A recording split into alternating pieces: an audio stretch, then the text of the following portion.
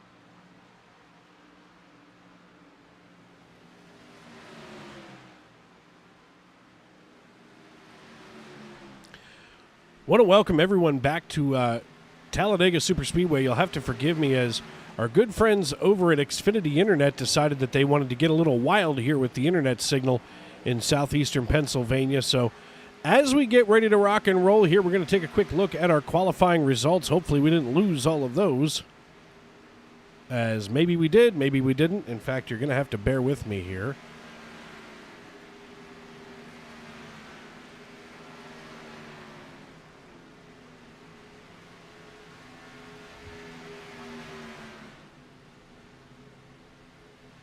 It's fake.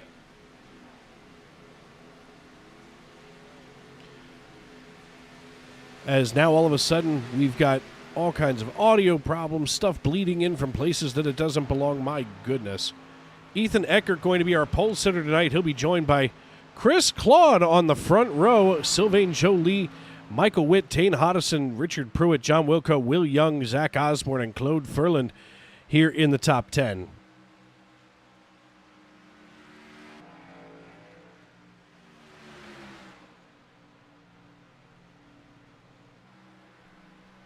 Here in our warm-up period, as I'm just trying to get some things ironed out here. Looks like Jamie T. Beasley going to be fastest right now. You'll have to forgive me as I feel like I'm a little off balance.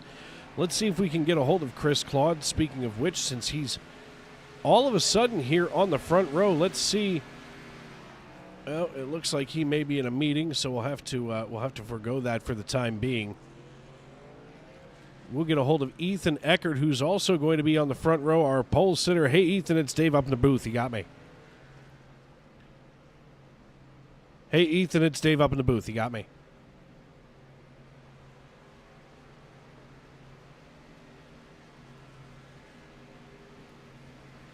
Hey, Ethan, it's Dave up in the booth. You got me. I do. There you are. Young man, look at you sitting on the pole tonight. You're going to be alongside of teammate Chris Claude. What's going to be the strategy here for Joe Gibbs Racing? Well, I don't know. I might stay up front and lead some laps and go for stage wins and all that. But then again, I also might go chill in the back for a little bit. I'm not too sure yet. Depends on how the energy of the field feels. Well, it's going to be a full field tonight, that's for sure, as you've actually had more drivers register for the session than are spots in that starting lineup. So, all things considered, you may stay up top. I mean, if it was me, I'm staying as far front as I can to stay ahead of the mayhem. Now, last night we had an incredible race in the Cup Series that went all but 150 laps before the caution started to bleed through. What do you think tonight's race is going to have in store for you? Oh, well, to start off, I wish I could have raced that race yesterday night. I kind of lost my A license this week, which really sucked. But tonight, I have no clue. I honestly don't. I hope it goes good, but, it's Dega. It is. All right, buddy. Well, listen, good luck, and we'll see you in a little while as we're about to get everybody gridded into the cars. Yep, you're going to see me in another race.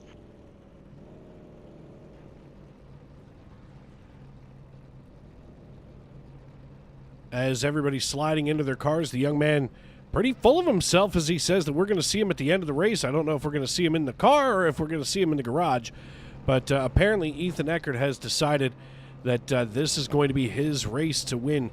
Ethan Eckert going to be our pole sitter alongside Chief Cook and Bottle Washer here in the SNN Xfinity Series, Mr. Chris Claude out of Fairview, Tennessee. Sylvain Joly from Saint-Eustache, Quebec, starts on the inside of row number 2, joined by Michael Witt out of Bristol, Tennessee. Tane Hodison going to be in row number 3 alongside Richard Pruitt, while John Wilco out of McAdoo, Pennsylvania, starts on the inside of row number 4 alongside of Will Young. Zach Osborne going to be starting in row number 5, rounding out your starting top 10, Claude Furland in the 43 Accent LED Ford Mustang. Bobby Blazer out of York, Pennsylvania starts in row 6 alongside Charles Eaton from Worcester, Massachusetts, and Steve Herring and Jamie Beasley going to be in row 6. Row 7 going to feature Steve Herring, and there he is, Aaron Mack, along with Mike Wright, as Randall Watkins going to be starting in 16th. Row 9 going to be Mike McConville and Corey Burkett, while Mason Hoffner and Dennis Mickelson start in row number 10. Our points leader, Brandon Minto, starts back here in 21st position alongside Trent Curtis, with Keith Black and John Bawalda out of Bel Air, Maryland, but we know where he's really from, in 24th. Michael Astuto and Brockton Packard going to be featured in row number 13, while Bennett Allen out of Chattanooga, Tennessee, the 2022 MNN Xfinity Series champion, starts on the inside of row 14 alongside Nick Hansen in the 99. Dillsburg, Pennsylvania's very own Ken Ron starts with Sam Bolin in row 15, while Ron Fitting and Darren Morgan going to be in row 16. Anthony Savignano and Rich Jett going to start shotgun on the field tonight, as Eugenio Alonso, Ethan Ball, and now John Wilco all deciding to start from the pits. 113 laps the scheduled distance tonight here at Talladega Superspeedway in Lincoln, Alabama. Stage 1 going to end at the conclusion of lap number 25. Stage 2 going to end at the conclusion of lap number 50. And then, of course, 63 laps to the end. Drivers will have 4 total tire sets, so they're going to have to stretch those pretty far at some point. But, tire wear here at Talladega not near as important as you see at a short track or an intermediate track. As, 3% here at Talladega can be, 15% at a place like Dover, which of course we'll be going to next week here in the Xfinity Series. Ethan Eckert cleaning those tires up, getting a little heat into them as the iRacing.com pace car peels on down pit road. Once again, we have to remember that the start-finish line is way down here, past the past the apex of the tri-oval, and those drivers, they're waiting, they're being patient as could be. The only thing that's left to do is it's time to wipe the visor and adjust the 5-point harness. Grandma, grab some popcorn, call a friend, settle in. Race fans, it's showtime!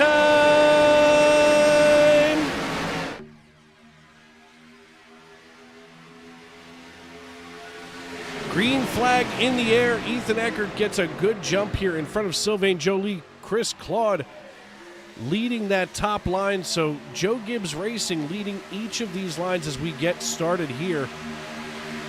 We've made some graphical adjustments, which is kind of what delayed us getting on the air tonight. And then, of course, Xfinity decided to play with our heartstrings a little bit. So all things considered, we're going to have a much better quality, hopefully, as we get rocking and rolling. Ethan Eckert leading the field down the back chute here, or coming out of turn 4 after the back chute. He's going to get credit for leading lap number 1. We want to thank the fine folks at Xfinity for their internet service, but we really wish that it was slightly more reliable sometimes, especially when, of course, they want to do that here on a Monday night when, of course, we are here in prime time. Chris Claude holding steady here. We're going to go to the nose of the 10 as we ride along with Chris. And I'll tell you what, right now he's getting a heck of a push from behind him as he's going to work his way up alongside Sylvain Joly. Not much of a side draft opportunity, but Chris is going to be nice and patient here. There's no reason to get carried away as we take a look out the rear here, as we look back at Michael Witt, who's now going to come up here just before the apex of the tri-oval, maybe give a little bit of a nudge to Chris as we work here on lap number 2.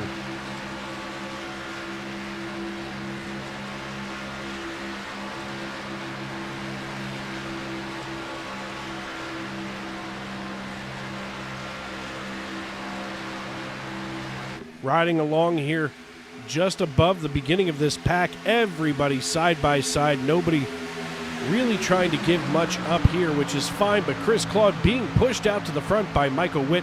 The question becomes at a time like this, if you're Chris Claude, do you bring Michael Witt along with you, or do you slide down in front of your teammate and allow Witt to try to get around him as well? And at this stage in the race, I think you just have to kind of hold your position and be very patient, as we're going to see tonight from Chris, because, I mean, if it's anything like a normal Chris Claude race, he is going to be patient, he's going to be consistent, and he has a chance right now to get the job done as Michael Witt drafts up just behind him. Michael Witt now giving some breathing room. Not sure what that was all about, as it seems that maybe he caught a breeze here coming out of turn 2 and shooting down the backstretch. As right now, from 1st to 10th position is just 0.4 of a second. Mike McConville, all of a sudden, as we're going to ride along with him, McConville trying to hold on for dear life here in the middle. He thought better of it and got back in line. These Xfinity cars here at Talladega are incredible. Of course, we can adjust the tape as needed, on the grill, so that can loosen the car up and, of course, put more speed into it. We see a little further back here behind McConville. Not sure if that's about the 89 of Steve Herring here, or if it's Randall Watkins. There's Randall Watkins in the 27. There it is. That's the 25 of Dennis Mickelson trying to draft up behind Randall Watkins, my brother from the 305 down there in the Miami-Dade Fire and Rescue Department. Right now, Randall running in 16th position and literally less than 0.4 of a second behind our leader.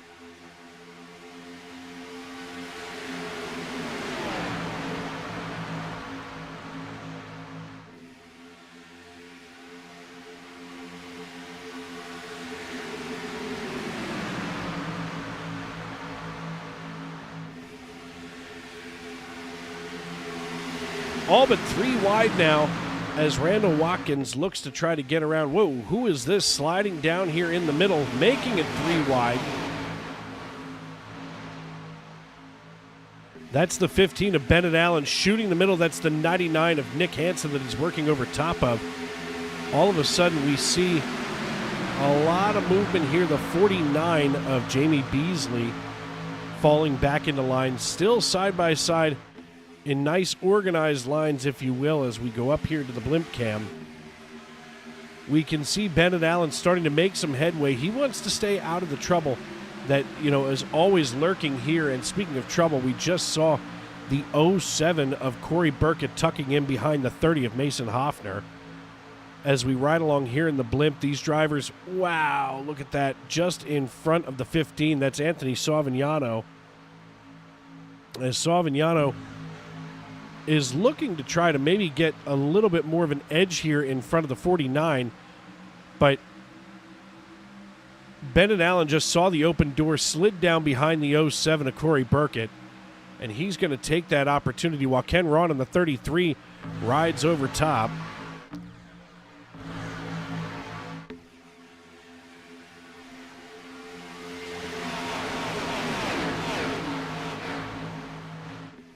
A good start for tonight's race here. 7 laps in the books, and only a couple of drivers starting to fall off from the pace as we look slightly further back here. Rich Jett here in the double natural, that's 77. Finished on the podium last night in the Cup Series. He's looking to try to repeat that tonight as he runs in 33rd. The 98 of Mike Wright, who, of course, we're used to seeing dominate those mile-and-a-half bread and butter tracks.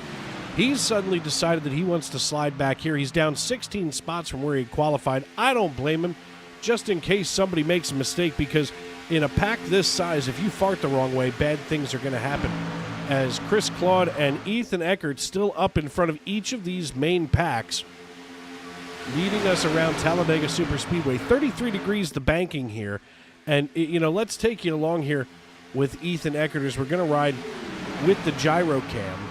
And we're going to see just how serious this banking is. Now, he's here on the front stretch. Obviously, a very loose condition here in the 11.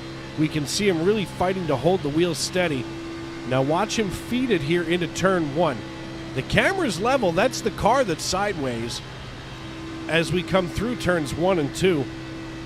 That is all banking. 33 degrees, almost 45. It's actually rather startling when you think about it, as we're going to get a chance to look out the old window here.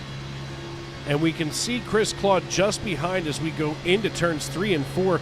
Chris Claude holding his own there as we take maybe just another peek. Let's see if we can. There it is. All of a sudden, Sylvain Joly all over the rear bumper here of Ethan Eckert as we work lap number 9 on our way to lap 25.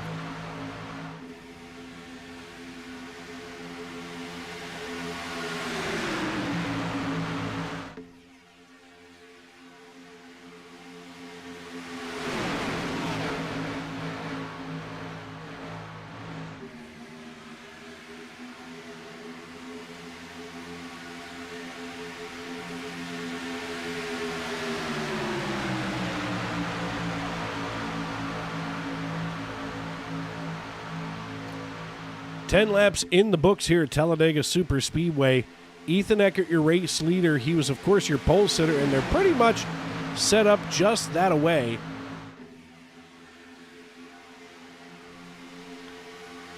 As we work here through the tri-oval. And, I've mentioned it before, and we talk about it all the time here at Talladega. The start-finish line is actually beyond the apex of the tri-oval. And what that really did was that was Bill France's way of selling more of these tickets down here into turns 1 and 2. And, of course, helps to fill the grandstands up as they come out of turn 2 and shoot down the backstretch. All of a sudden, we don't seem to have those connection issues as generally was happening last night, as I've tried to correct some of the graphics here on iRacing.com. We'll be trying to do a better job of that moving forward here. As they come out of turn 4, the chopper is going to pick up once again on Ethan Eckert as he is leading just ahead of teammate Chris Claude, who has a rear view mirror full of Michael Witt in the 88.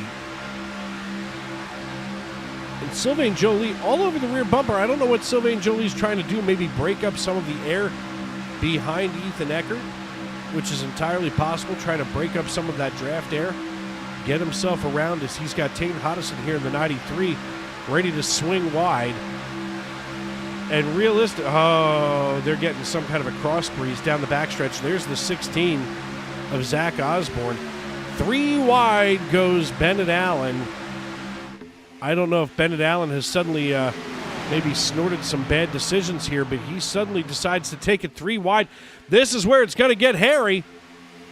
As we're going to look from above, Bennett Allen is knifing his way through here, followed by none other than Cape May, New Jersey's Mike McConville. Mikey Mack, wow, the 43 just nudging cars out of the way at more than 180 miles. Oh, there goes Chris Claude.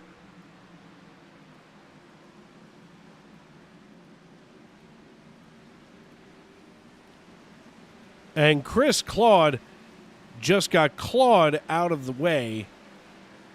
And hopefully not too bad. Let's take a look here and see what happened.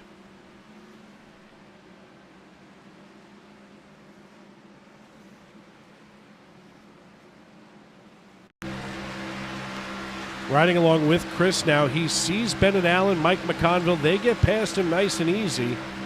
And in what could have been, his best opportunity this year for a podium finish, Chris Claude just gets shoved down here onto the apron. Here comes the 43, and the 43 was starting to get a little wild. Chris got between the 43 and the 88, and boom went the proverbial dynamite. We're going to slow that down here from above in our blimp cam.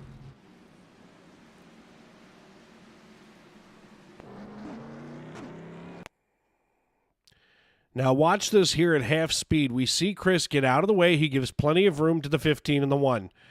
That's Bennett Allen and Mike McConville knifing their way up through the field. Now Chris thinks that he's clear, and I can't tell if he thought maybe he was clear and he was going to come down. It may have been a spotter error, but it doesn't look like he really got that much damage. In fact, even if we run this back here, it looks like he just gets a bump from the 43, maybe a little bit of left front fender damage is all for Chris. So we have our first caution for cause of the night here on lap number 14, brought out by, we're going to call it a racing deal, because race review after races like these is always a nightmare. In fact, let's see if we can get a hold of old Chris here in the broadcast booth. Of course, after spending the week with me last week, he's back in the cockpit tonight. Hey, Chris, it's Dave up here in the booth. You got me? Yeah, I got you. Chris, what was going on there? Take us through that incident. I don't know what happened. Somebody said I came down on the 43. I haven't seen the replay, so I don't know. Well, we ran the replay, and it was kind of a hairy thing, but, you know, it is what it is. How bad's the damage on the 10, if any? I don't think there's that much damage on it, honestly. Yeah, you just kind of got a nudge. I mean, maybe somebody wrecked some of the decals on the side there, but it didn't look bad, all things considered. I mean, you know, 15 laps in, I thought this was going to be your shot to be up here in the lead. Now, what say you about, you know, the recovery drive now on your way back to the front? I don't know. Like I said, I don't think I have any damage. I think that's what it's going to depend on, is how well I'll be able to recover. Is if there's not any damage, and from what I can tell from the RPMs, everything seems to be fine, then I don't know that I'll be able to have time to make it up and get any stage points like I was planning on getting. But you know, I should be okay to maybe get some in the second stage, and the main thing is I want to make sure I get a good finish. Yeah, a good finish is what everybody's after here at Talladega. I mean, you know, you've got the 10 cranked up here. You're back. You're only back in 18th position, and you know, after seeing what we did last night, I mean, you know, there's less than a second usually between first and 24th. So you're really not near as far back as most people would be afraid of. So, you know, obviously it's going to be Mr. Consistency time. Hit those marks and, you know, work your way back up toward the front. Right. And, you know, if I was the one that was at fault, then I deserve to be back in 18th after that. And I'll apologize to Claude after the race, but I haven't seen it. That's just what they saw on the replay. I've got the Braves game on tonight because it's Priorities. I get it. There's just not enough time for me to watch both, and I normally can't. I normally watch it later anyway, so I can actually hear what's been going on too. Trust me, I get it. It's all about priorities. Baseball first, racing second. I understand completely. Well, listen, good luck the rest of the way, and maybe we'll see you here toward the end of one of these stages. All right, sounds good. That, of course, the voice of the great Chris Claude, driver the number 10 Monster Energy Toyota Supra, as we move him back on up here into his race chat. Want to thank him for hanging out with us last week here on Monday Night NASCAR. Bennett Allen going to be your new race leader. He'll be alongside Ethan Eckert, as it looks like Bennett's going to choose the top lane for the restart. Ethan going to be here on the low side. I don't know what Ethan thinks he's doing, but he just gave a nudge. He just gave a nudge to the 15. I don't know what the 15 thought he was doing, but let's just see this here. Just a little nudge. He didn't belong up there.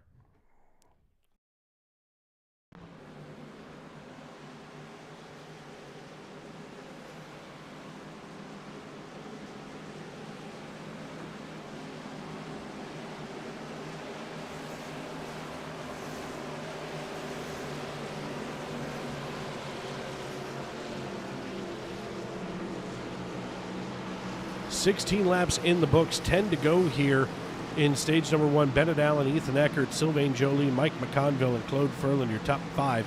Tane Hodison, Richard Pruitt, Michael Witt, Charles Eaton, and Corey Burkett round out the top 10. Biggest mover of the race right now is Ethan Ball here in the 96. He's up 28 positions.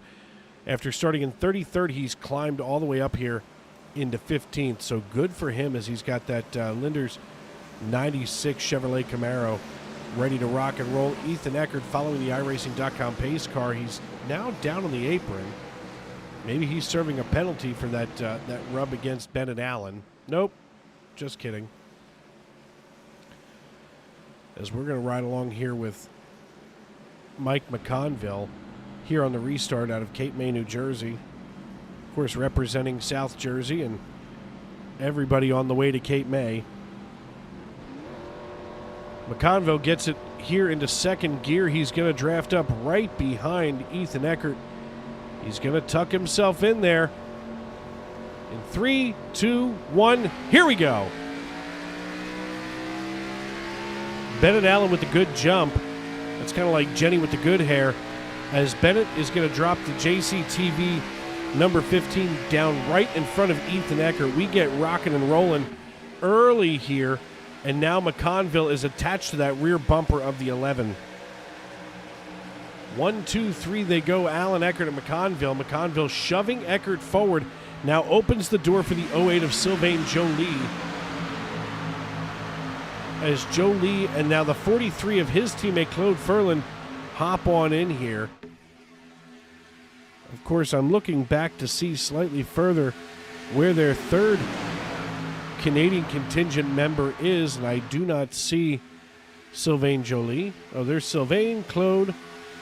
Who am I missing? The 06. And I don't see him tonight in the Oxymore Ford.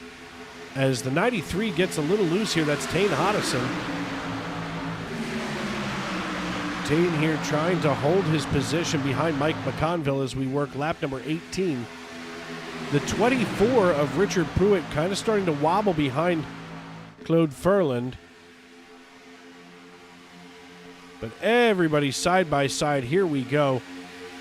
Obviously, the caution came out early tonight, so hopefully that won't be a major issue moving on through the races. We had several drivers come on down pit road that time. That'll probably, I mean, you have to understand, it's going to be Mickelson, Packard, Kavaja Holt, Trent Curtis, Dan Morgan, John Bawalda. They all came down pit road early during that pit cycle under caution. So, that's going to open up a world of opportunities, whether or not they try to, come back in. There's a nudge from Eckert into Allen, as that's going to open up a world of opportunities, for them to, here we go.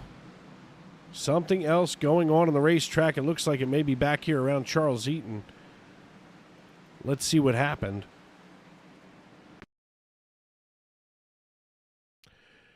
Charles Eaton here in the 75. He works just over top of the 31. That's Aaron Mack. The 30 car.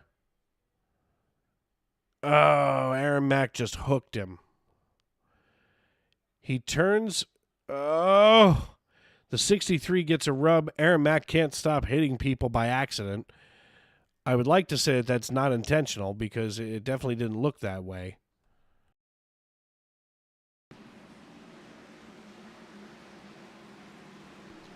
Let's see if we can maybe get another shot here from the rear now of Charles Eaton.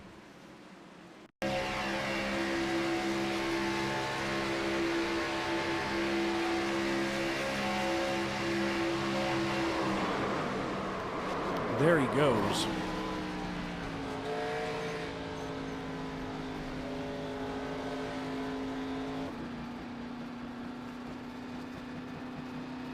Maybe we can get yet another camera angle here.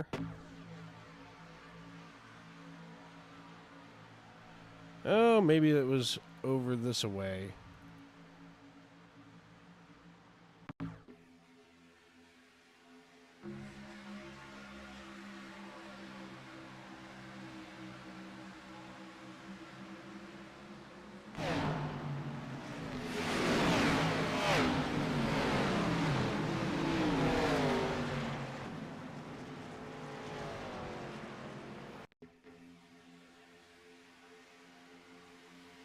As they set themselves up to come in here, almost like the calm before the storm.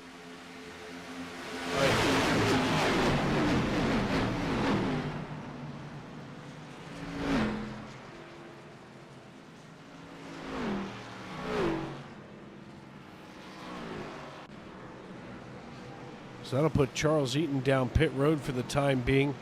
Another late caution, so it's going to be a pretty quick run here to the end of stage 2 for Bennett Allen. We're going to see if we can quick check in with Bennett.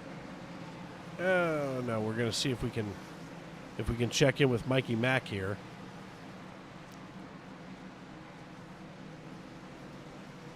Hey, Mike, it's Dave up in the booth. You got me?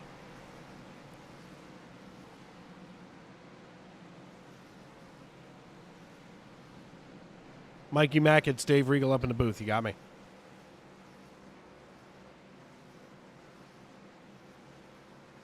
You got one job.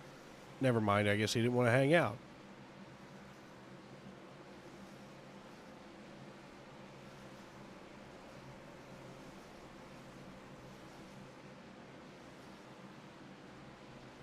Oddly enough, I don't even see him in the Discord channel anymore. Not sure where Mike went.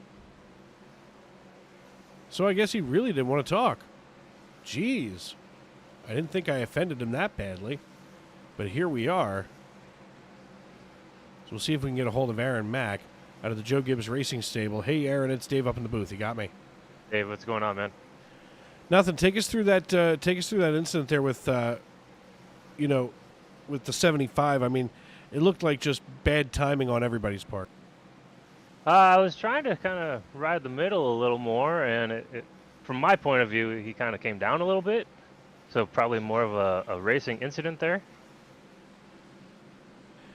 Well, I'm not sure. We're going to have to agree to disagree. I didn't get a good enough look, and I wasn't looking at it from a race control standpoint. It just looked like, bad things happen at the wrong time, and unfortunately, that's something that's way too common here at Talladega. Now, last night we went all but 150 laps before the first yellow flag came out for cause.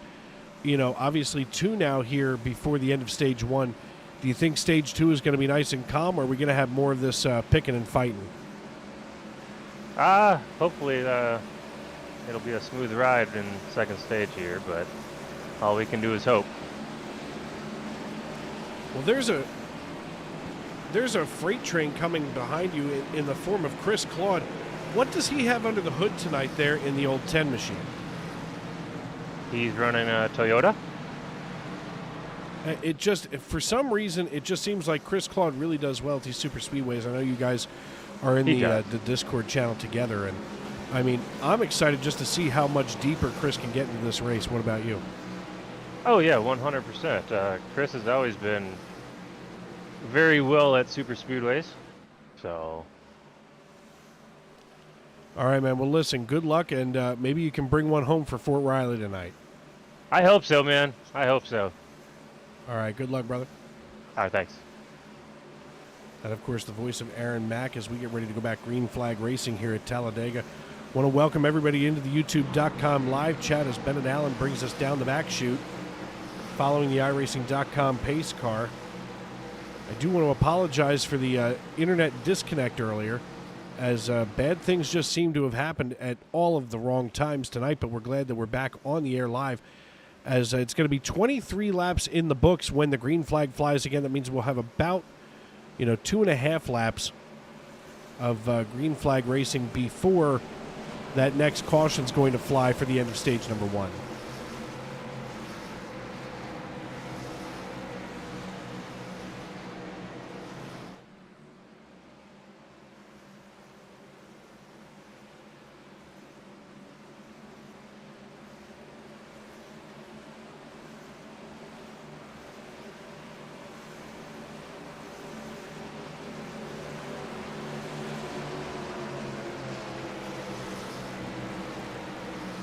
Bennett Allen comes into the tri-oval. He's going to lead us back to the green flag. The man in the stand does have the green flag in his hand. We hit the Geico restart zone. Bennett drops the hammer, and we're back underway here to finish out stage number 1.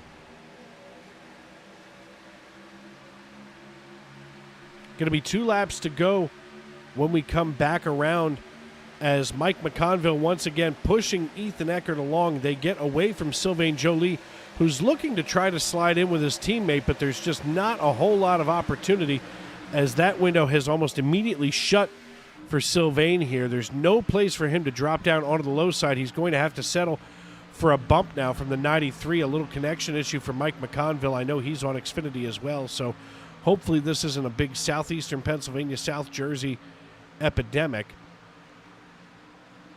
as Sylvain Joly leads Tane Hodison.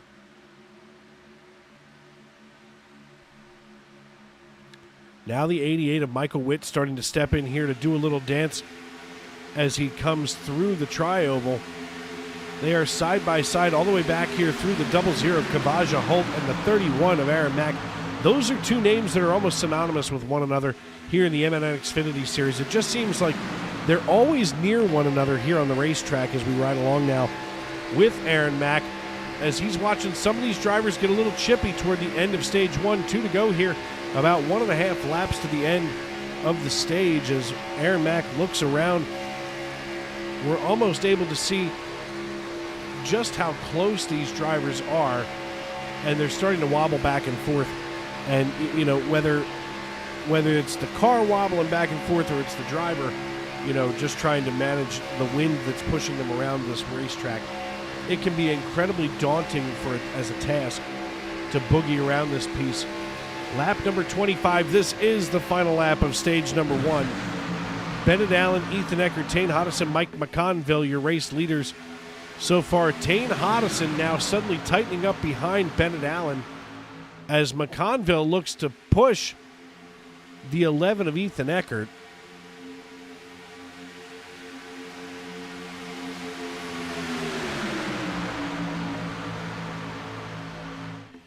Ethan Eckert and Bennett Allen leading this race. 2 teammates out of the Joe Gibbs Racing stables. It seems like everybody in the Joe Gibbs stable tonight having a successful night. Chris Claude back in 19th position. He's got a lot of work.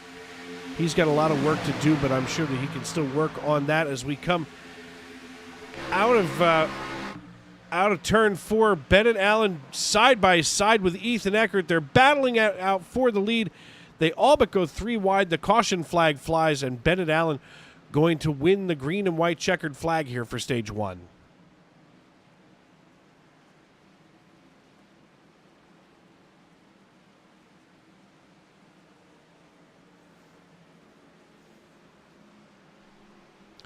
All of these drivers woeing up the cars now. They've got to get back down to pace speed as they wait for the iRacing.com pace car to peel off of pit road, as we look here from the rear of Bennett Allen, waiting for the pace car to make its appearance. It just seems like everybody's got to slow down.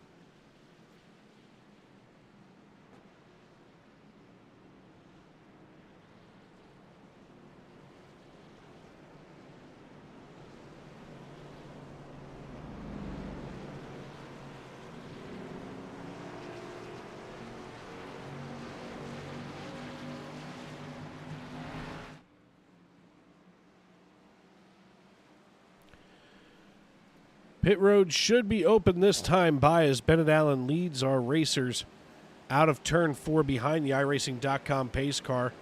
We're going to see whether or not, I'm sorry, yep, here we go, out of turn 4. Let's see who comes down, and it's everyone.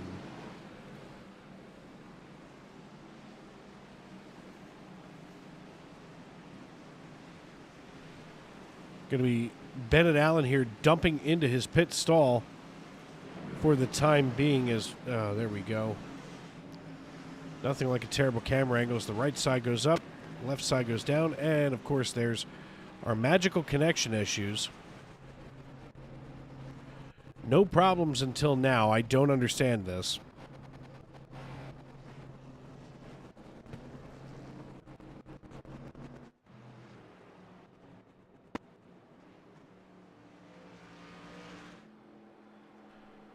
We're going to get a hold of our Stage 1 winner, Bennett Allen, here in the 15 JCTV Ford Mustang. Hey, Bennett, it's Dave up in the booth. You got me? Howdy. Well, howdy indeed. I mean, listen, you wind up bringing home the Stage 1 win. You battled your way up through here. You were like a knife through butter coming through this field. What was it like trying to cut through all of these cars? It was pretty fun. I just had to be patient with them. I understand that some of these guys don't have the experience that some others do. And during that first stage, they were really like hugging maybe like a lane and a half above the bottom. And that kind of let me just kind of go through the middle 3 wide. All week during B Opens, I was running near top split. And so everyone was pinching down the guy on the inside because there's a little bit of a side draft action. And that also forces other people not to split you 3 wide. So, back to the front, and might be a little bit more conservative this stage. Who knows? But it was fun. Yeah, I mean, as we went through Stage 1, I mean, I was starting to see a lot of these drivers, trying to find their comfort zone, and they really couldn't. It seemed like, the closer that they got down to that yellow line, that they got a little loosened up there. But it looks like you and Eckert are doing a pretty good job as teammates.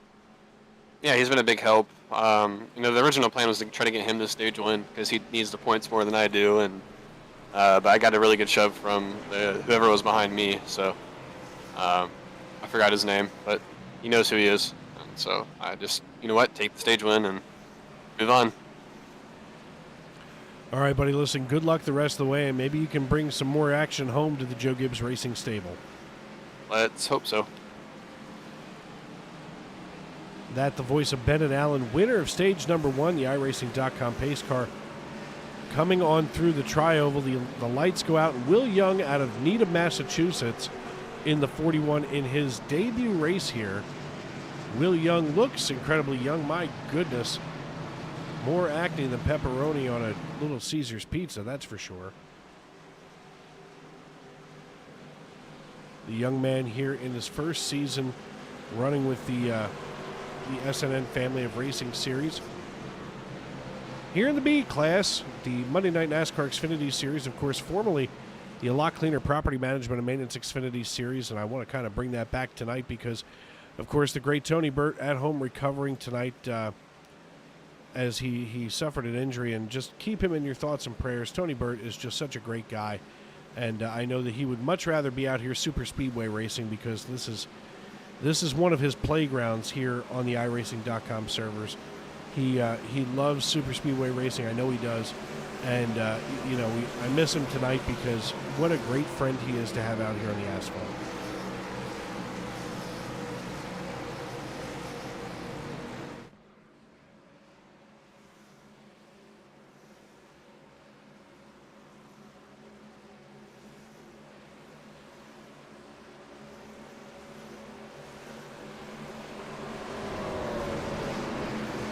going to be Will Young, Eugenio Alonso, Ken Ron, Sylvain Joly, Tane Hodison, Claude Ferlin, Ethan Eckert, Bennett Allen, Anthony Savignano, and Zach Osborne, your top 10. When the green flag flies, the iRacing.com pace car leading us out of turn number 4 now as we head back down here toward the start-finish line. So, folks, stage 1 in the books. It's going to be slightly shorter now while the man in the stand has the green flag in his hand. The iRacing.com pace car peels on down pit road. Will Young gets ready to enter the Geico restart zone. He's going to mash the pedal through the floor. The green flag waves, and stage 2 is just beginning.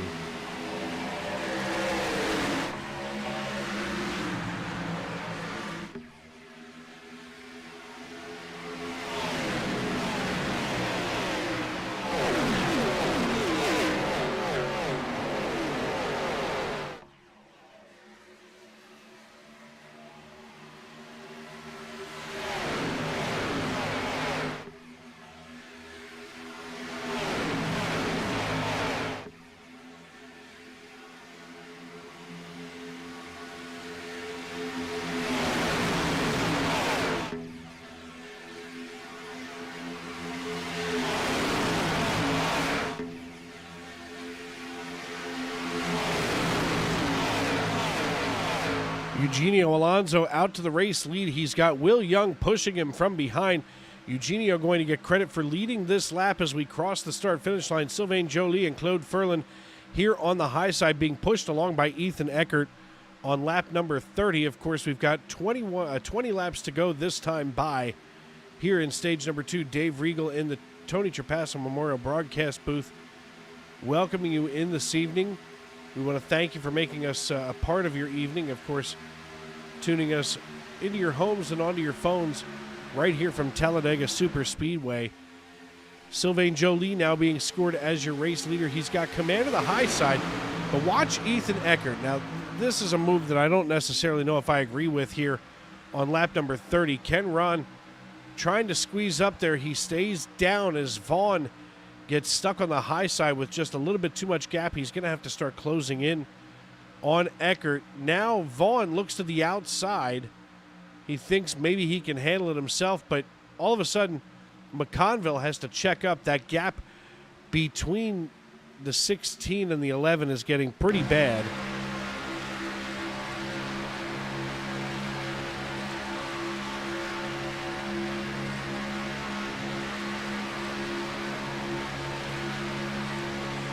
...194 miles per hour down the back chute and into turn number 3, and not a blink out of the eye here of Zach Osborne. We're looking back now at Mike McConville, who gives him a push coming out of 4 and onto the front stretch.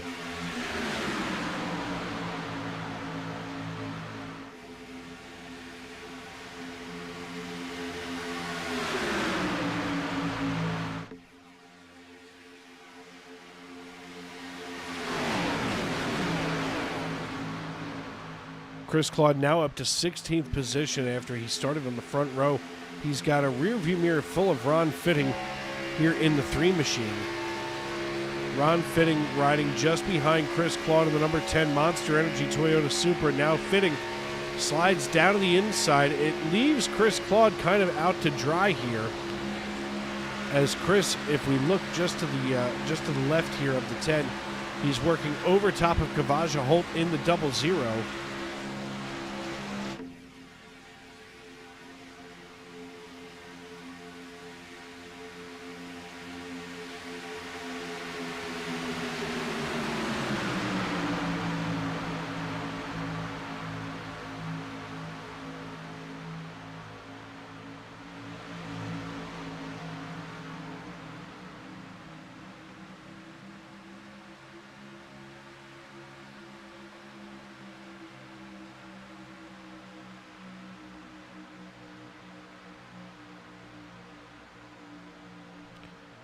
.33 laps in the books. Chris Claude now looking to close in here on the rear of Sylvain Joly in the 43. Chris trying to close the gap. That's going to keep Randall Watkins down here on the low side as Chris closes in here on the rear of Claude Ferland. A little bit of a connection issue. Nothing to worry about, folks. Let's not lose our head. as Claude Ferland in the 43 follows Randall Watkins on the timing line, but not necessarily Watkins in line, as he is really right now behind Corey Burkett in the 07.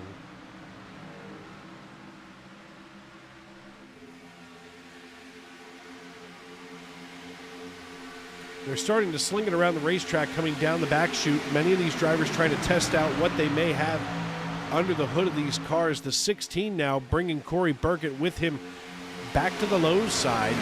We're going to ride along with the 16 right now as we come out of turn 4. We're going to watch Osborne here draw into the rear of the 24 of Richard Pruitt just in front of him. 190 miles per hour at the start-finish line. We're going to start to see that shoot up here down the back chute.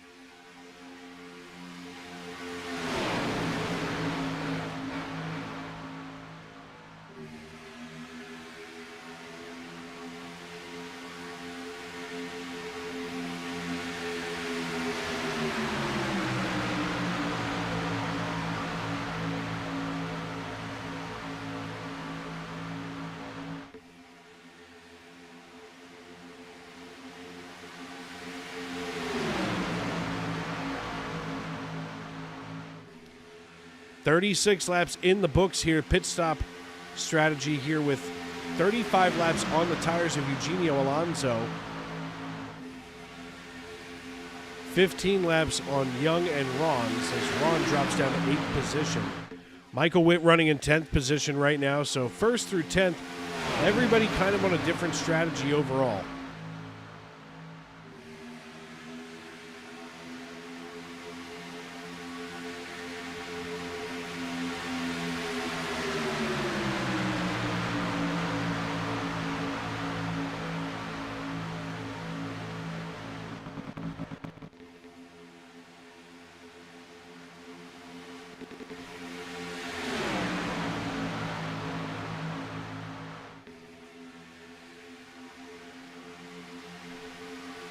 All of a sudden, everything wants to just be a little goofy here at Talladega on lap number 37. So we're going to step aside and pay some bills here on Sim Racing Media. I'm Dave Regal, and this is the Monday Night NASCAR Xfinity Series.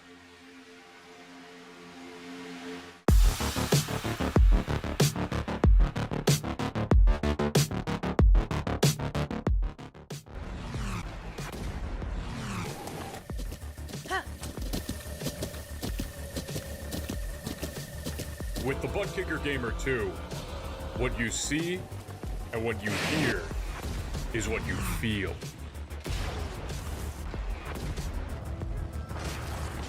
Butt Kicker. The future is feeling.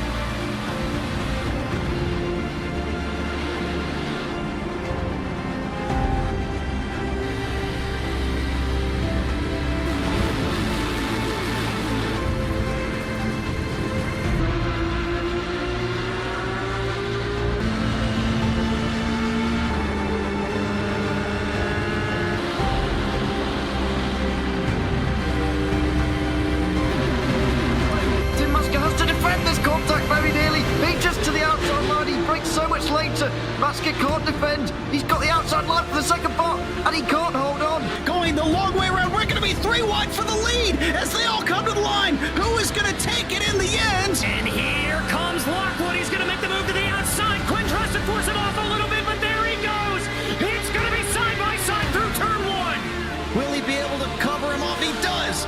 Weaving back to the left-hand side. Reynolds is trying everything. The kitchen sink is being thrown at it. They're leaning on each other. Coming into turn number 3. It's going to be a drag race through 3 and 4. Coming back to the line. Here comes Frisch on the bottom. Bouchard's going to hold the inside. Tries to be the late breaker here. They're going to be side by side through the final chicane.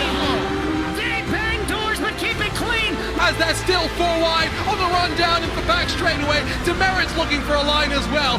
What is going on in Michigan? Novak into the fence. They're still beating and banging. Oh my and to the line. He is much faster coming through there. Is there damage on Challenger? Abramitis is ahead. There's going to be a race to the line. Who is going to get it?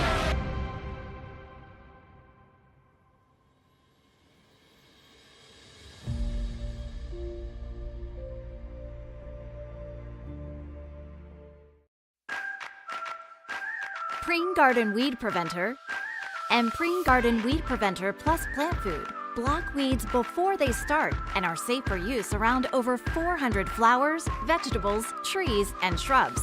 Best of all, they give you 3 months of freedom from weeding in just 4 easy steps. You can apply Preen anytime before or during the growing season. But since it's a weed preventer, not a weed killer, early spring is best. Here's how. Start by removing existing weeds and their roots in the area where you want to apply Preen. Sprinkle granules directly onto dry soil, mulch, or stone so that they're evenly spaced. Within 24 hours of applying, integrate the granules into the top layer of soil or mulch or stone-covered bed.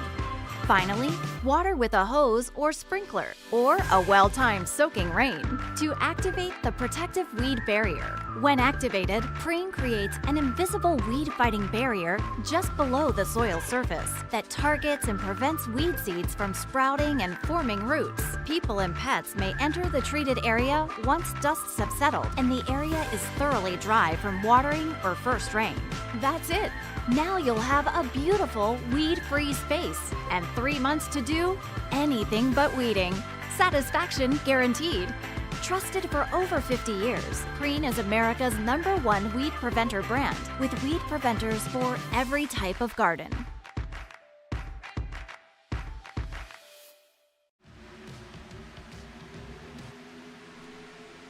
Welcome back to Talladega Superspeedway. Eugenio Alonso, your new race leader, with Ethan Eckert pushing from behind in P2. Sylvain Joly in the 08 follows just behind, being scored in P3, while Mike McConville trying to lead the charge here on the high side in the Monday Night NASCAR Xfinity Series event right here at Talladega. 44 laps in the books.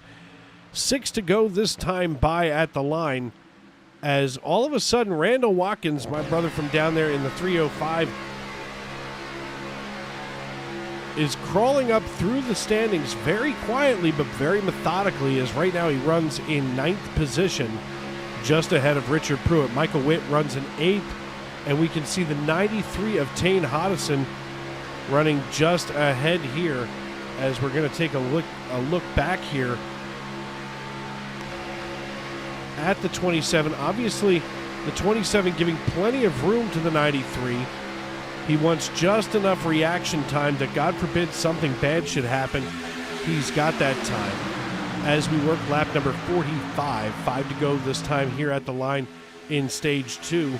Dave Regal with you here in the Tony Trapasso Memorial Broadcast booth, as the 41 now of Will Young trying to surge forward here on the high side. Eugenio Alonso and Ethan Eckert tucked down here on the low side as we come down the back chute. Mike McConville running the 1 car just behind the 41. So Cape May, New Jersey's very own McConville trying to take on the leaders with just he and the 41 of Will Young.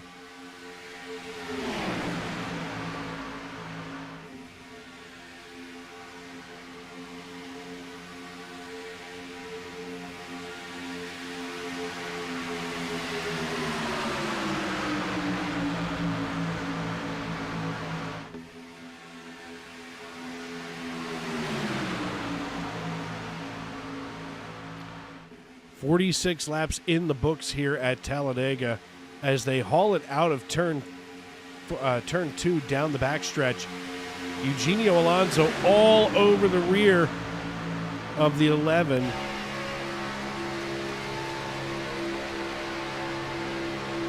And Eugenio not lifting off of that throttle as he's going to be pushing the 11 through turns 3 and 4 back onto the front stretch. Let's take a look here and see what kind of speeds they're running as he gets another run and a bump here on the 11. These Xfinity cars are incredible here at Superspeedways. I mean, they're just about the closest thing to the old Cup cars that we have, as things are starting to get a little bit choppy here for the 26. Starting to get worried that maybe they're a little too loose, as it looks like Sylvain Joly peaks down maybe to burp the throttle, or I'm sorry, burp the engine here on the backstretch. 194 miles per hour into turn number 3. That is a thing of beauty right now. Best time on the racetrack, 50.24 seconds, laid by many drivers, 50.1 by Kavaja Holt. And those fast times aren't even, by the leader. What that is drivers able to make up time on their laps by drafting up a significant distance to the car in front of them, which of course makes that lap ever the faster. As Randall Watkins running in 8th position, starting to get a little wily here behind the 93 of Tane Hodison. Lap number 48 is going to be 2 to go here at the line. Ethan Eckert with control of the field. He's hauling it down the backstretch into turn 3. He's got Will Young with him here on the high side, and a good pusher in the form of Eugenio Alonso. Eugenio trying desperately to get his way back up to the front. We may see an interesting pass situation here as we get ready to go toward these final 2 laps now of stage number 2.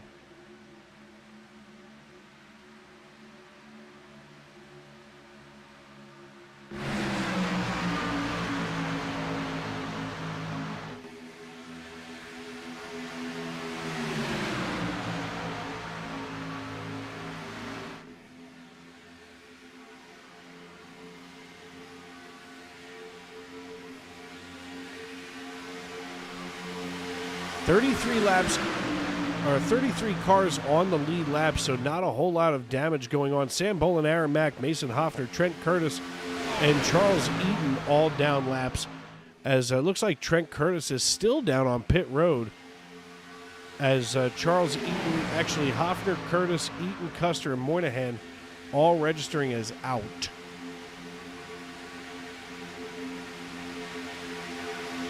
Here on the final lap of stage 2, Ethan Eckert controlling the field as we haul it into turn 1. Something bad may be happening around the racetrack. All of a sudden we're getting some kind of disconnect again. Would have been when Corey Burkett came off track. We'll take a peek at that.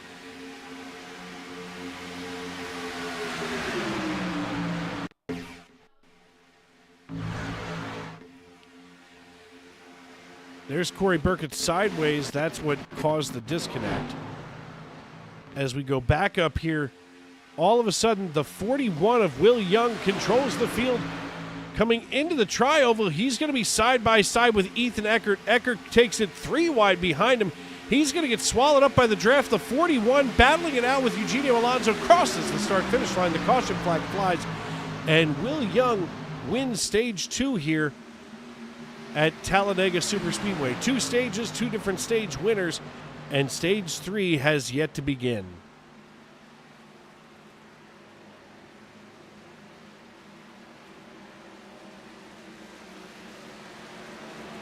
It's going to be Will Young, Mike McConville, Eugenio Alonso, Tane Hodison, Ethan Eckert, Sylvain Joly, Randall Watkins, Ken Ron, Kavaja Holt, Michael Witt, your top 10.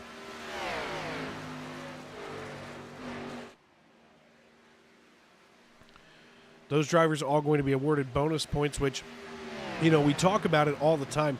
You may have yourself kind of a poor finish here at Talladega, and those bonus points that you manage to collect pay off in such a big way. Because let's just say that you win stages 1 and 2, or just stage 1 or 2, for instance. Yet you only collect about another 10 or 11 points on the night. With those bonus points, you wind up collecting 20 or 21 points on the night, which still keeps your head above water in the point standings. But Will Young, the young man out of Needham, Massachusetts, going to pull up just behind the iRacing.com pace car. Of course, we've been instructed from race control to wait to talk to these drivers until after their pit stop. So we're going to hang here with Will Young.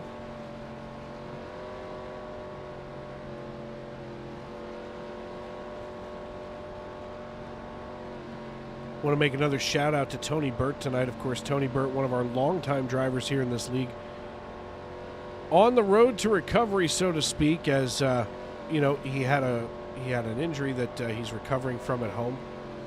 Will Young here behind the iRacing.com pace car.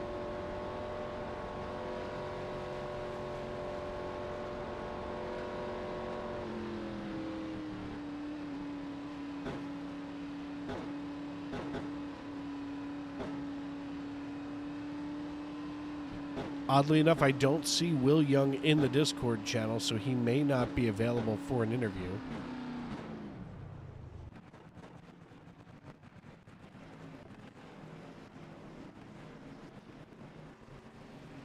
Everybody down pit road, and of course that means that we're going to make iRacing timing and scoring just this side of have itself a stroke, as we can see every car flashing on pit road for reasons I'm not quite sure of.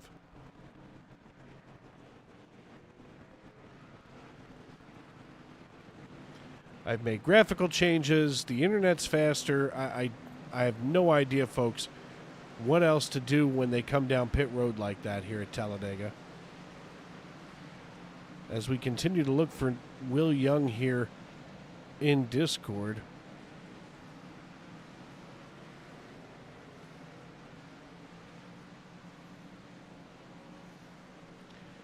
And unfortunately, we're not going to be able to get a hold of Will Young, as he has not been able to get into the Discord for reasons I'm not sure of. Ethan Eckert going to win the race off of pit road. He's followed by Will Young, Tane Hodison, Eugenio Alonso, Mike McConville, Sylvain Jolie, Anthony Savignano, Randall Watkins, Claude Ferlin, and Kavaja Holt, your top 10. Ken Wrong going to restart in 11th. Michael Witt in 12th. Richard Pruitt, John Bewalden, Zach Osborne, Chris Claude, Dan Morgan, Ron Fitting, and Nick Harrison, as well as Jamie Beasley, make up your top 20. And those drivers, we're going to see, even tighter times here as we get ready for stage number 3. Of course, this is just our second stage caution. 2 cautions for cause through the first 2 stages tonight, as we've had 2 different winners. So obviously 2 is a factor tonight.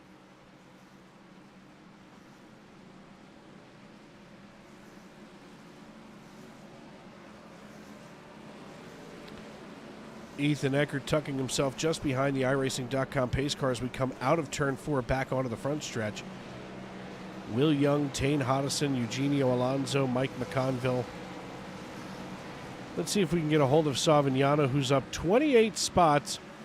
Eugenio's up 37 spots, but let's see if we can find Savignano.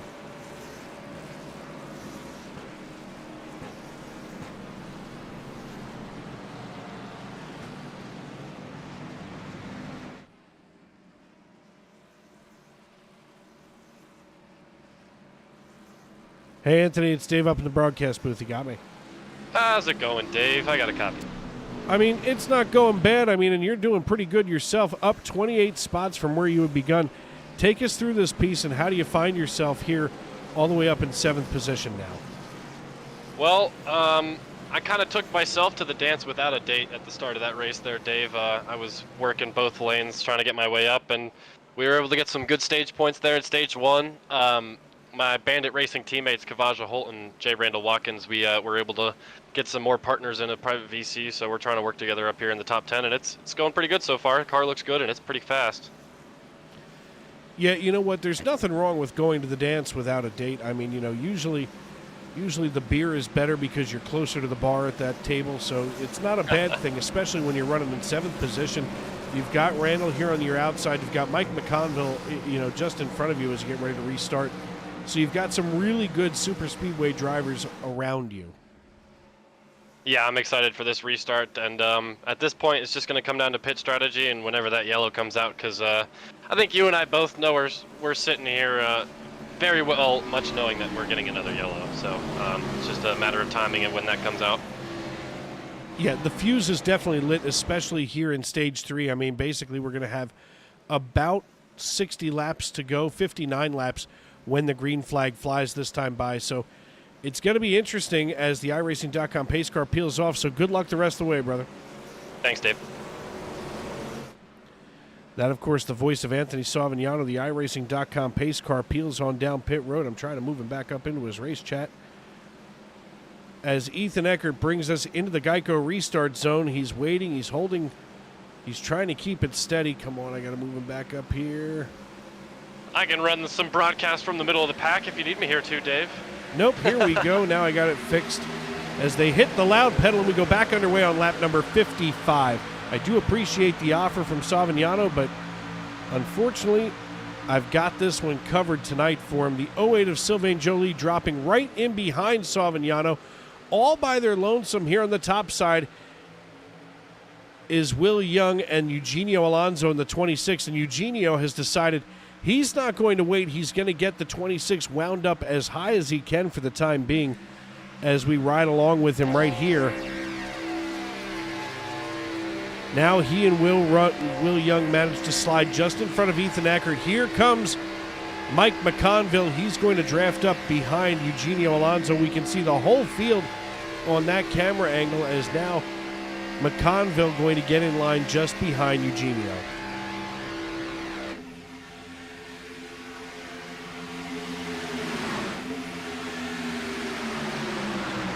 Will Young takes the 41 down through turns 1 and 2. He's suddenly got Randall Watkins here on the high side.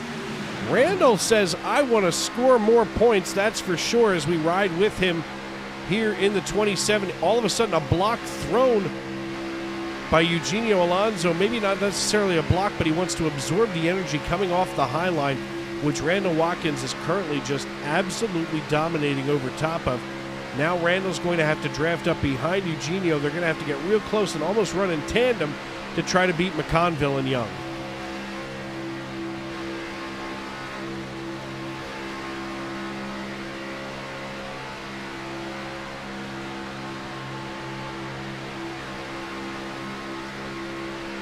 "57 laps this time at the line as Will Young, our race leader, our young race leader, if you will, takes us through turns 1 and 2, and as he rolls it out of turn number 2, we're going to see just what he's made of here as they head down the back chute.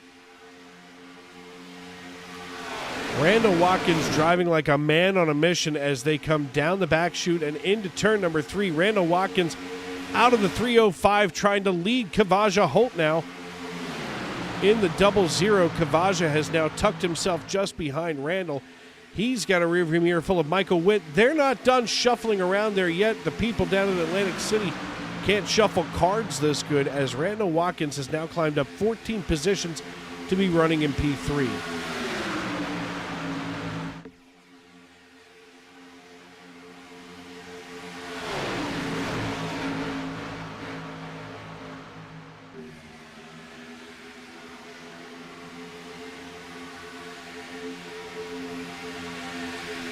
Will Young, your race leader, now being challenged by Randall Watkins here in the 27.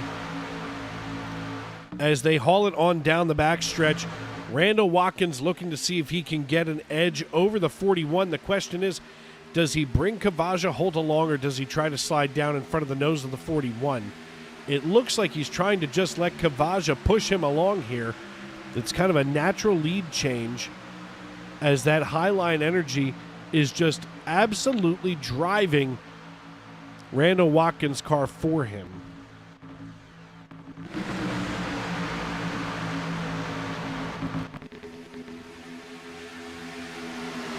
Randall Watkins, your new race leader. He's pushed along by Kavaja Holt, Mike Witt, and now the 98 of Mike Wright riding the high line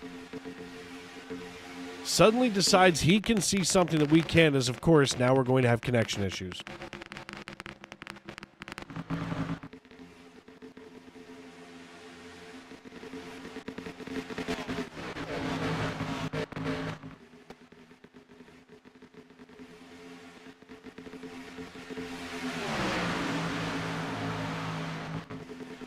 Three wide down the front chute. Randall Watkins leading the way here. It almost looks like lap number 2, but really it's lap 60 as we're on our way to 113. We pull up the pit delta here. Everybody on those fresh tires right now. So that's not going to be a factor, as this connection problem is just absolutely a disaster as we go under caution.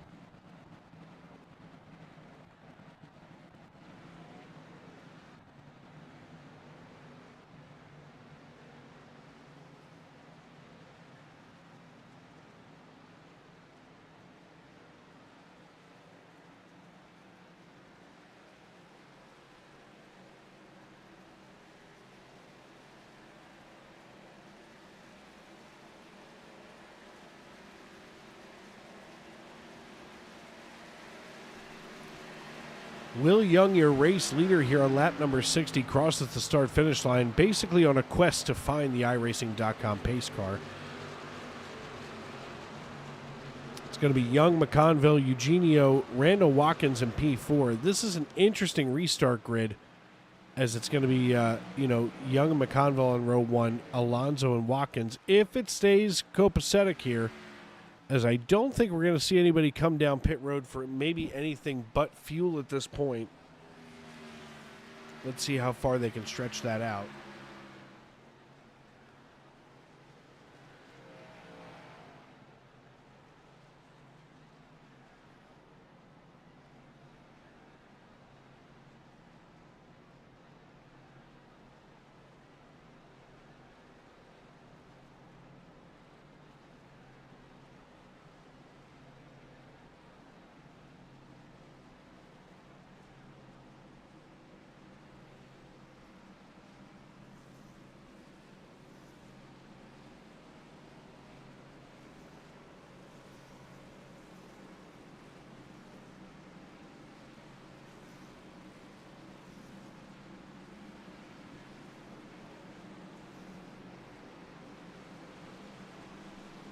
Will Young, Mike McConville, Eugenio Alonso, Randall Watkins, Sylvain Joly, John Bawalda, and Ken Ron all stay out, while Claude Ferlin, Mike Wright, Tane Hodison, Zach Osborne, Bennett Allen, Chris Claude, Brockton Packard, Michael Astuto, Ethan Eckert, all of them come down pit road. We can see that here on the left-hand side of your screen, as Will Young going to remain the Pied Piper of Lincoln, Alabama. Of course, we talked about it during our open. We want to make sure we check in with it one more time, actually. Let's see if we can make this work. Nope, that's not going to work here.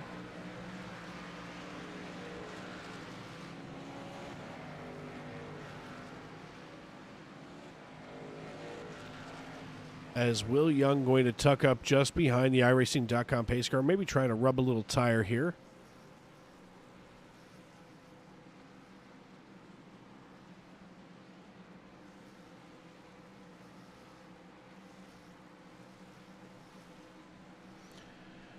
And while these drivers get ready to rack, stack, and do it all over again, we're going to go side by side here and hear from our good friends over at Trisha's home. So, hi, my name's Christy. I am a wife, a mother of 3 children. I am a sister and an aunt of lots of nieces and nephews, and I'm also a substitute teacher. So my everyday life changed by going to appointments, a lot of appointments, a lot of scans. During the treatment, my body just got weaker, so I wasn't as active with my children and with my husband. So I was laying on the couch a lot more. I'm an active person, and so that just didn't sit well with me. But that's how it changed. My body was just weaker, and I couldn't do the things that I used to do.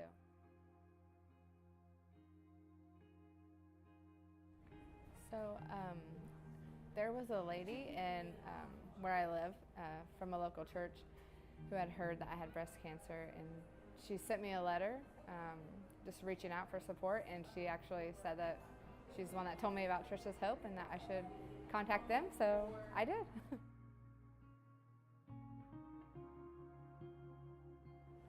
So specifically, I wasn't able to really work during my treatment or anything like that, so the grant that I was able to get helped me pay my bills, provide gas money. I was driving to and from treatments, and so it helped a lot with bills and everything. I would just say I am so grateful for Trisha's Hope and for all the people that have donated, because I don't know what I would have done without them. Welcome back to Talladega Superspeedway, where we're just about to go back green flag racing here as Will Young and Mike McConville sit on the front row. They're going to be joined by Eugenio Alonso and Randall Watkins in row number 2, as we've had just our third caution for cause tonight. Of course, the other 2 cautions for the stage breaks here in the Monday Night NASCAR Xfinity Series. Will Young kind of playing a little bit of a game here with the iRacing.com pace car. You got to be careful, because if you get too far ahead of it, they automatically throw a black flag at you. And quite frankly, the iRacing.com servers are not forgiving in that particular sense.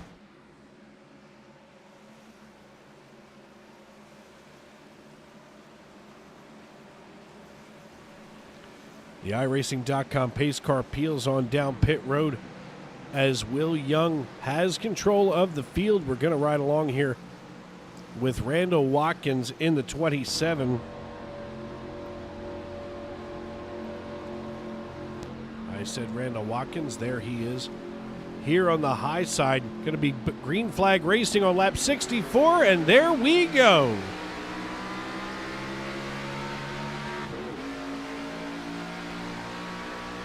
We can hear that big throaty Xfinity engine, those V8 pistons charging up and down, as Randall Watkins is going to get one heck of a run here once he gets a bump from behind from none other than John Dillinger, also known as John Bawalda.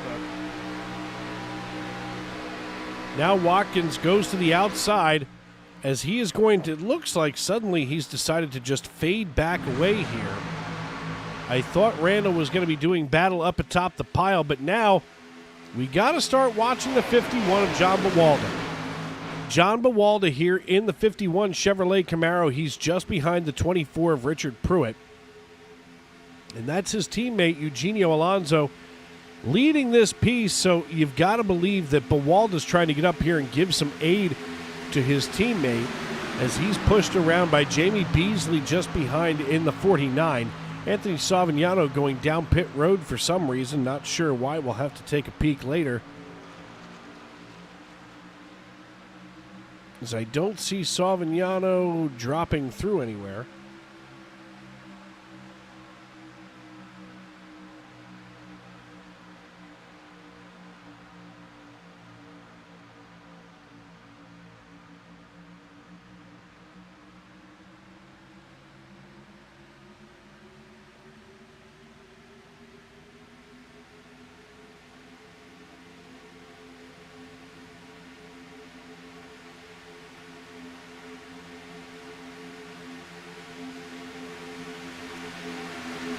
Mike McConville now being scored as your race leader out of Cape May, New Jersey. He's got the 26 of Eugenio Alonso in tow.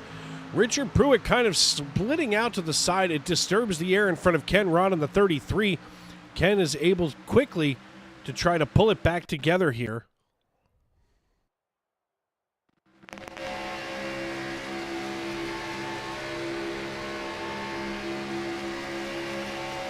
As we see the Dillsburg, Pennsylvania native watching Eugenio Alonso absolutely hauling the mail behind Mike McConville. Now McConville's got a decision Does he try to stay here on the high side? That leaves the door open for Ken Ron to slide up alongside of Eugenio. Or does Eugenio slide behind? Nope.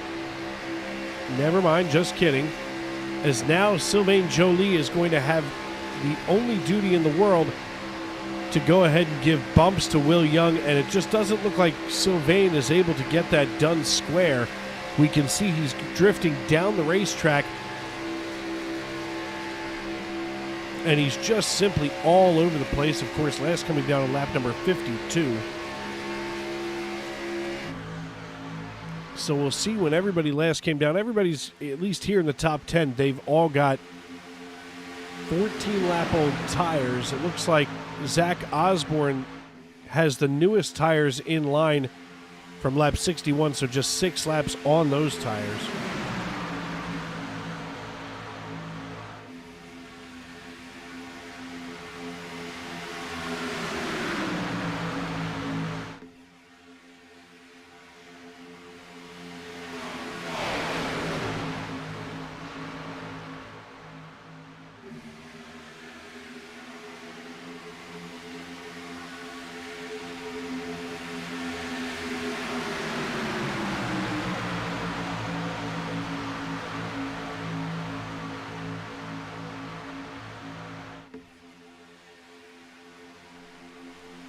Ken Ron just ahead of Eugenio Alonso as they both kind of faded back here.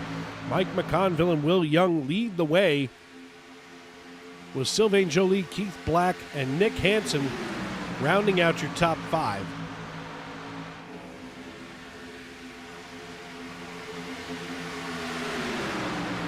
Ducking back here slightly further in the pack. We're taking a look at Chris Claude here in the 10 machine. He's now just ahead of Randall Watkins, but watch the 15 and the 11. All of a sudden, they've decided to do a little something here. Maybe they got bored sitting in line. Suddenly, they're going to take it 3 wide for basically no reason at all. They are now trying to muscle their way just past the 49 of Jamie Beasley. Now they're climbing up alongside of Eugenio Alonso. They're going to put Ken Ron in the crosshairs next as Eugenio holds it steady here as he is now the meat in the sandwich between the 99 of Nick Hansen and the 15 of Bennett Allen. Pushing the way is Ethan Eckert just behind Bennett Allen. They go nose to tail and are dominating that upper line. The 87 here on the low side, that's Keith Black. All of a sudden, Ken Ron, the meat in that sandwich. Someone's going to have to blink, but it's not going to be Eckert and Allen as they now get ahead of Ken Ron. This may be a wise time to decide to go on down here and get back in the line. And there they go.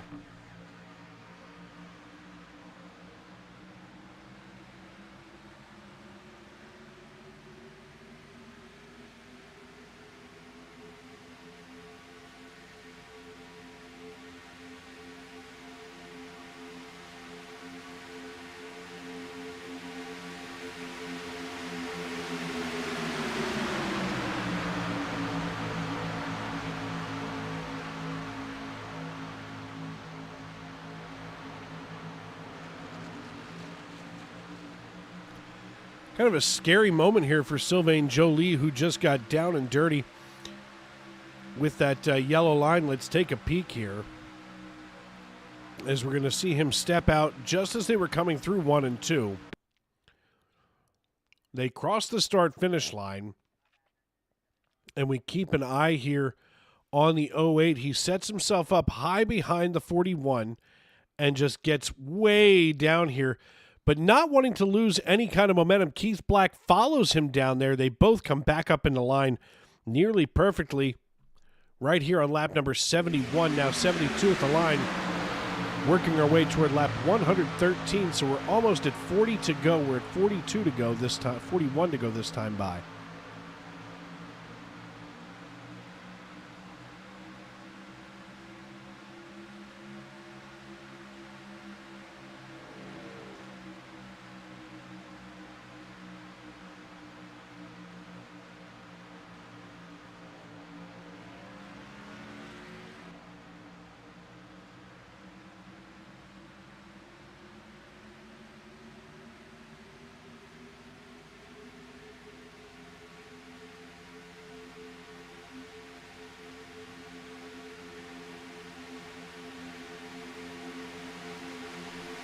Getting a little dicey up here as all of a sudden the 15 of Bennett Allen, we're going to look here from the rear.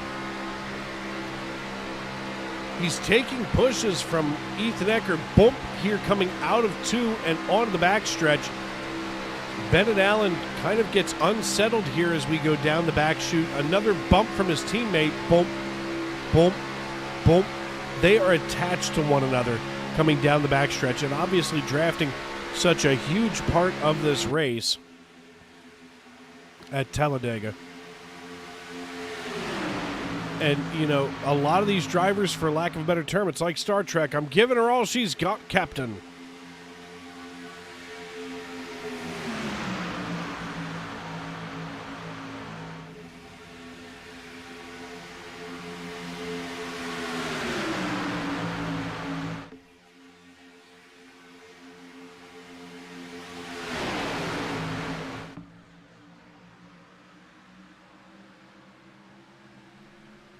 Two by two they go. Points leader Brandon Minto all the way back here in 16th position. He's just kind of hanging out here on lap number 74. We're 40 to go now,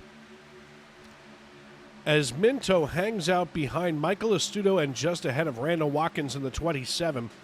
He's over top of Chris Claude, so as far as driver competency, he's probably around some of the most cautious and consistent drivers in this league. And that's not meant to be a slight. That is meant to be a compliment. I mean, you know, Chris drafting just behind Richard Pruitt here in the 24. He may look like he's kind of far away, but, you know, for Chris, this is going pretty well here. The Fairview, Tennessee native once again gets loose coming into 3. That seems to be kind of a problem child for many of these drivers as they roll through 1 and 2 down the backstretch. A lot of drivers having to, you know, go below that yellow line to kind of burp some of the engine temperature, as most of them are nose to tail and watching those temperatures go up there on the gauges as we work lap number 75. Another battle further back. We can see the 77 of Rich Jett. He's just over top of the 96 of Ethan Ball. These drivers, again, very patiently hanging out back here. We see Ethan Ball, probably the deepest car here with the lap 52 tires, as there's no other scheduled, you know, cautions between here and the end. So we may even see green flag pit stops coming up.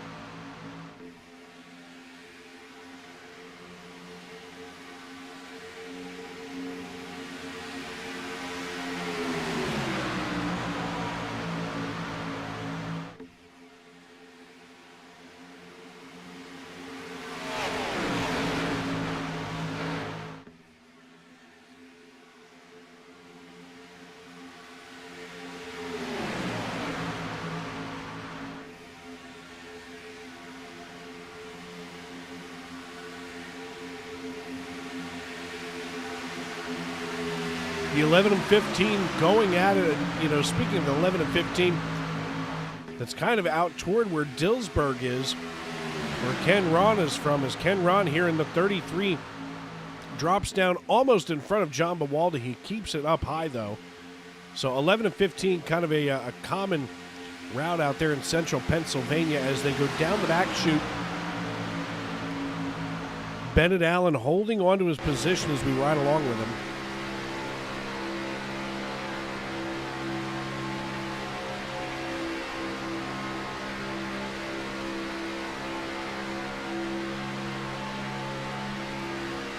Bennett Allen just kind of biding his time. He's got the 11 just behind him, giving him those all too crucial bumps here down the front stretch and into turn 1.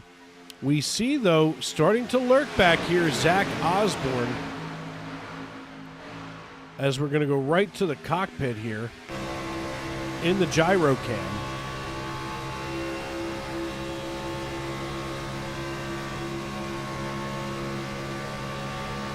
Zach Osborne holding his own here in the number 16 Toyota Supra. He's starting to close in now on the 11 of Ethan Eckert, so it's going to be a Chevrolet, a Ford, and a Toyota 1, 2, 3 on the outside lane, while Mike McConville just logs laps up here, leading the way at Talladega. is the Cape May, New Jersey native. All of a sudden, it's starting to get pretty close up here as we're going to ride along with Ethan Eckert next. We drop into Ethan's car. We're going to rotate the gyro cam and look just below. We can see the 41 of Neil Young. Actually, here we can see just out the front windshield and, of course, here on the low side. Of course, the gyro cam able to swing back and forth. That's kind of a neat feature that we're able to have here.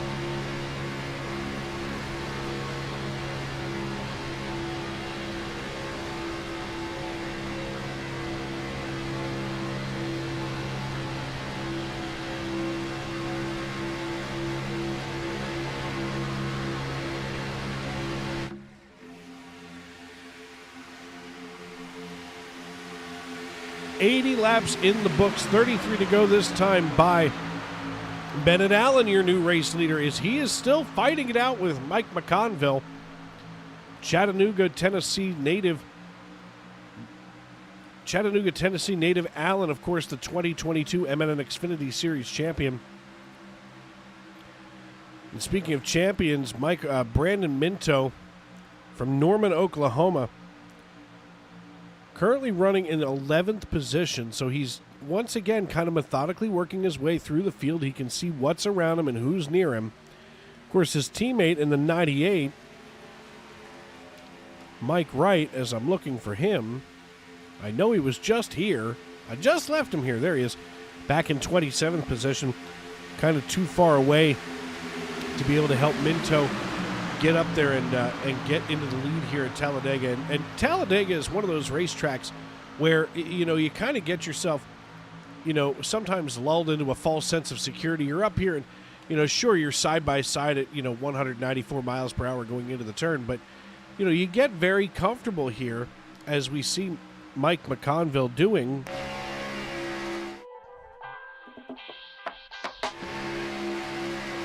Here on lap number 81. Mike McConville now getting a run here, bringing along the low side.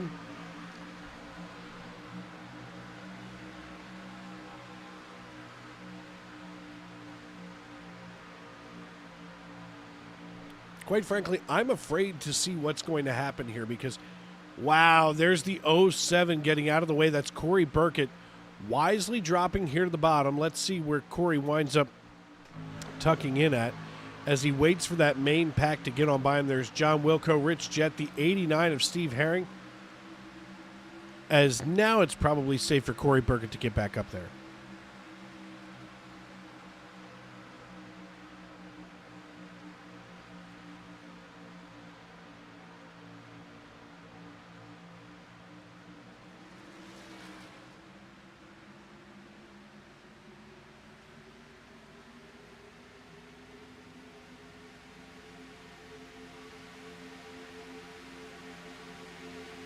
Coming into the tri-oval is our field. They're going to cross the start-finish line here on lap number 83. 30 to go as we work on past. These drivers not ready to give anything up tonight. They're battling it out. And the important thing is that they're doing it smartly. I mean, we had a couple of early cautions, one sprinkled in there during stage 2. But other than that, these drivers are handling themselves with the poise of professional race car drivers, and that's something that you don't see very often here on the YouTube.com live feeds or, of course, anywhere on the iRacing.com servers. Sometimes you just have that guy who puts the face paint on and says, I'm going to be a clown tonight, but not here in the Monday Night NASCAR Xfinity Series. Chris Claude has cultivated a feeling of, if everybody drives safe, we all have fun, and that's absolutely true. Even as Ron Fitting just wiggles and gets out of line. Hurls it right back in front of Astudo in the 39.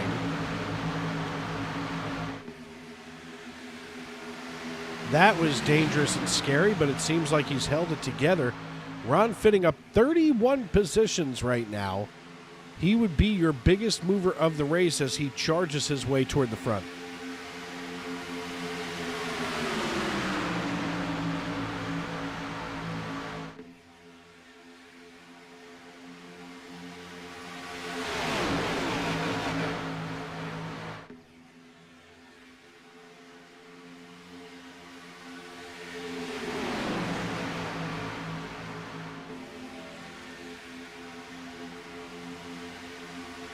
Ding dong here in the broadcast booth. A vanilla milkshake from Sonic.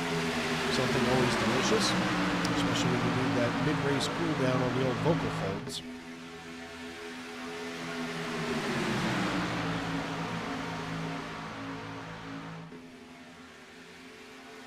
A milkshake so thick that it makes the straw collapse when you go to take that first sip. That's what I'm talking about right there. And speaking of talking about things, Ethan Eckert now talking about he wants to lead this race again. He qualified on the pole. Now he's got teammate Bennett Allen behind him. And they are going to make themselves all but 6 wide here to keep everybody behind him. Sylvain Joly running right now here in 4th position. The driver out of Saint-Eustache, Quebec, side by side with now Mike McConville. And I got to figure that at some point, McConville's going to have to get back up in line in front of the 16 of Zach Osborne. Good, healthy bump to the 15 in the form of Mike McConville. As now that kind of endears the 15 to McConville. You know, he knows now that Mike is able to push him. He's able to be a good, supportive person, which could keep Bennett ahead of the rest of the field. The tough thing is whether or not on that last lap if we see something crazy. And I think the stat was in the Cup race that 33 times the winner of the race was not the winner of, or was not the leader at the beginning of the last lap.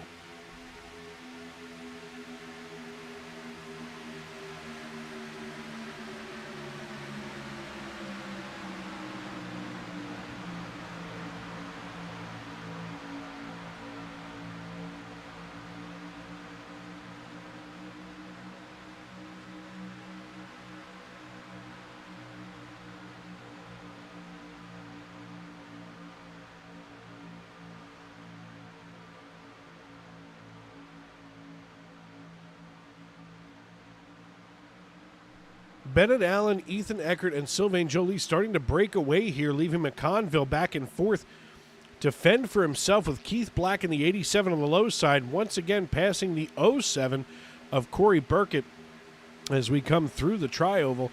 The 16 of Zach Osborne drafting behind Mike McConville. Those two cars working very well together here in the latter portions of this race. Tane Hodison in the 93. He leads the 13 as we work lap number 88. And I believe that 13, nope, I don't know who that is. That's an interesting number to see out here on the track, especially because it's not in timing and scoring. The 96 of Ethan Ball, though, he's leading the 25 of Dennis Mickelson, as Mickelson looking from behind. As we ride along with Ken Ron, we can see Mickelson just ahead. Now the 96 of Ethan Ball on the right side, the 25 of Mickelson working the high side. He drafts in closer to Brandon Minto, crossing the start-finish line here on lap number 89. Going to be 90 next time by. And all of a sudden, Bennett Allen just getting it done here on what will be lap number 90. And Bennett and Ethan Ball have absolutely, supported each other as teammates tonight, getting around this 2.66-mile monster in Alabama.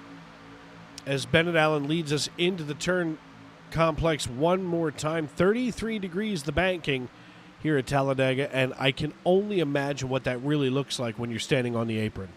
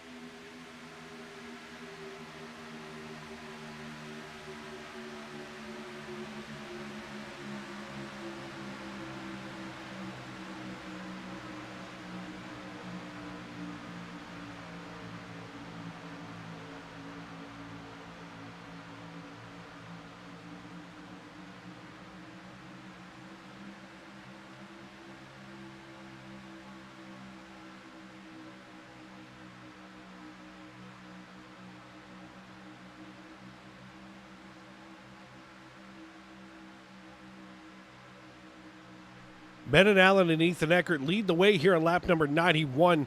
Mike McConville trying to mount a charge with a push from Zach Osborne. The three of Ron Fitting, as we're going to ride along with Ron, doing his best to try to get up here to where Zach Osborne is. But on lap number 91, most of these drivers, if we pull up that pit strategy in just a moment here, we're going to see that it's just getting to be about that time. You know, is it going to be Keith Black, Ron Fitting, and Nick Hansen that come down early? It's hard to say, considering that, you know, Fitting is stuck up here on the high side. He can't really get an opportunity to get to the low side.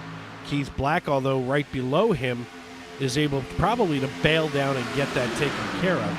But, you know, for most of these drivers, they all last came in 29 and 30 laps ago. Yet those 39 lappers are still out there as we take a look and see where everybody last came in. As everybody, you know, I mean, look, those older drivers, they came in on lap 52.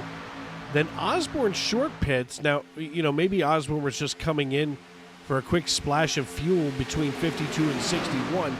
That could make some sense here if Osborne thinks that he's going to make this happen on pit strategy, and I wouldn't be surprised. He's kind of a mad scientist when it comes to that, and a talented driver overall when it comes to boogieing around this place here at Talladega.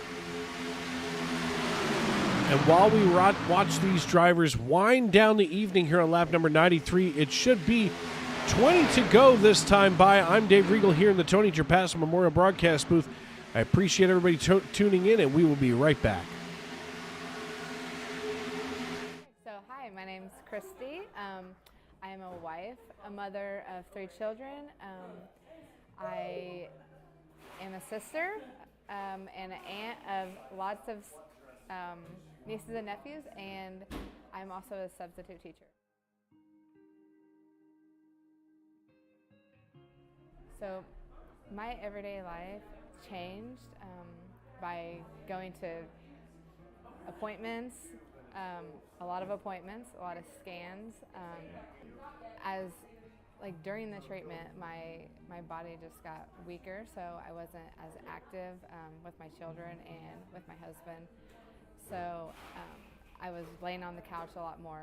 I'm an active person, and so that just didn't sit well with me, but that's how it changed. My body was just weaker, and I couldn't do the things that I used to do.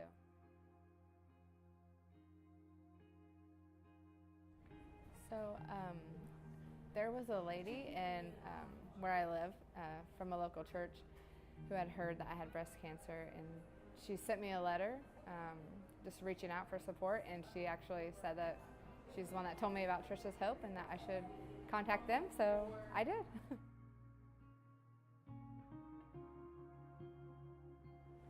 So specifically, I wasn't able to really work during my treatment or anything like that, so the grant that I was able to get helped me pay my bills, provide gas money. I was driving to and from treatments, and so it helped a lot with bills and everything.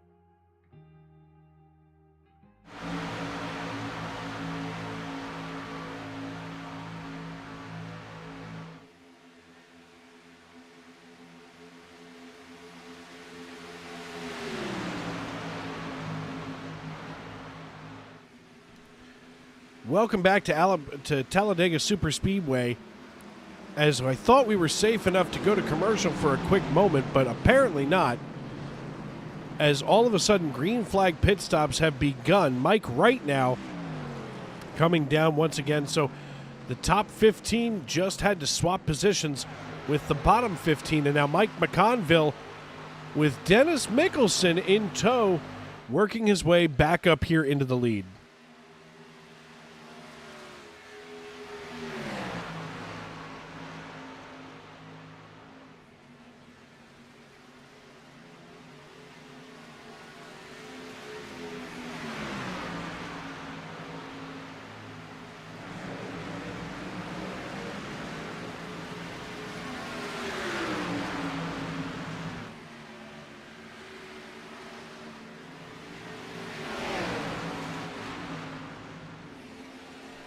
Michael Astuto cycling his way back to the lead coming off of pit road. He's getting a heck of a hit from Ethan Eckert, who just nudged him out of the way. That's going to cost him, as Ethan Eckert may have just bullnosed the front of the 11 in. He shoves the 39 of Michael Astuto down out of the way, and now that makes it Eckert, Hodison, Allen, and now McConville. 1, 2, 3, 4, 5.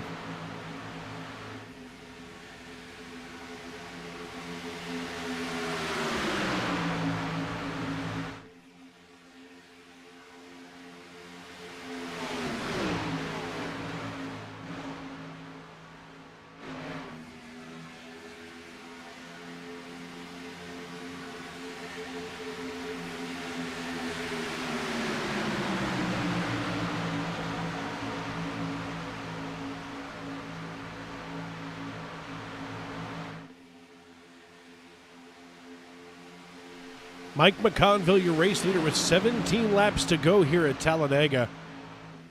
It looks like the Cape May native is going to try to notch the win on the season that everybody wants to get, especially being one of the most historic racetracks in, well, really, quite frankly, NASCAR history.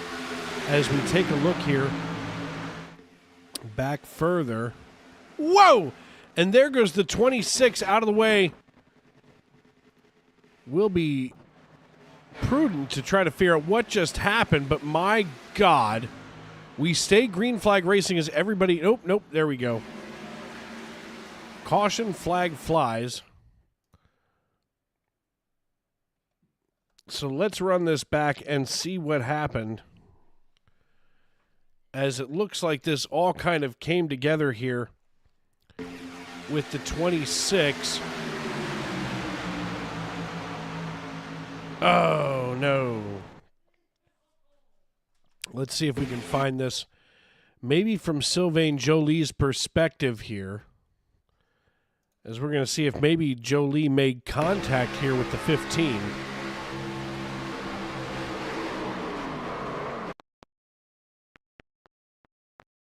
It was just a really hard hit from the 08 into the 15, and of course, boom goes the proverbial dynamite. Mike McConville going to be scored as race leader at this point.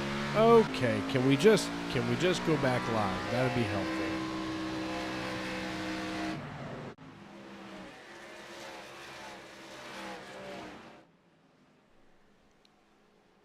So Mike McConville, your race leader, with 15 laps to go. This is going to be an interesting move here, and we'll see what happened, or what's going to happen. Let's see if we can check in with McConville. We don't want to give him the broadcaster's kiss of death, but we certainly want to get him in here and talk about what his thoughts are.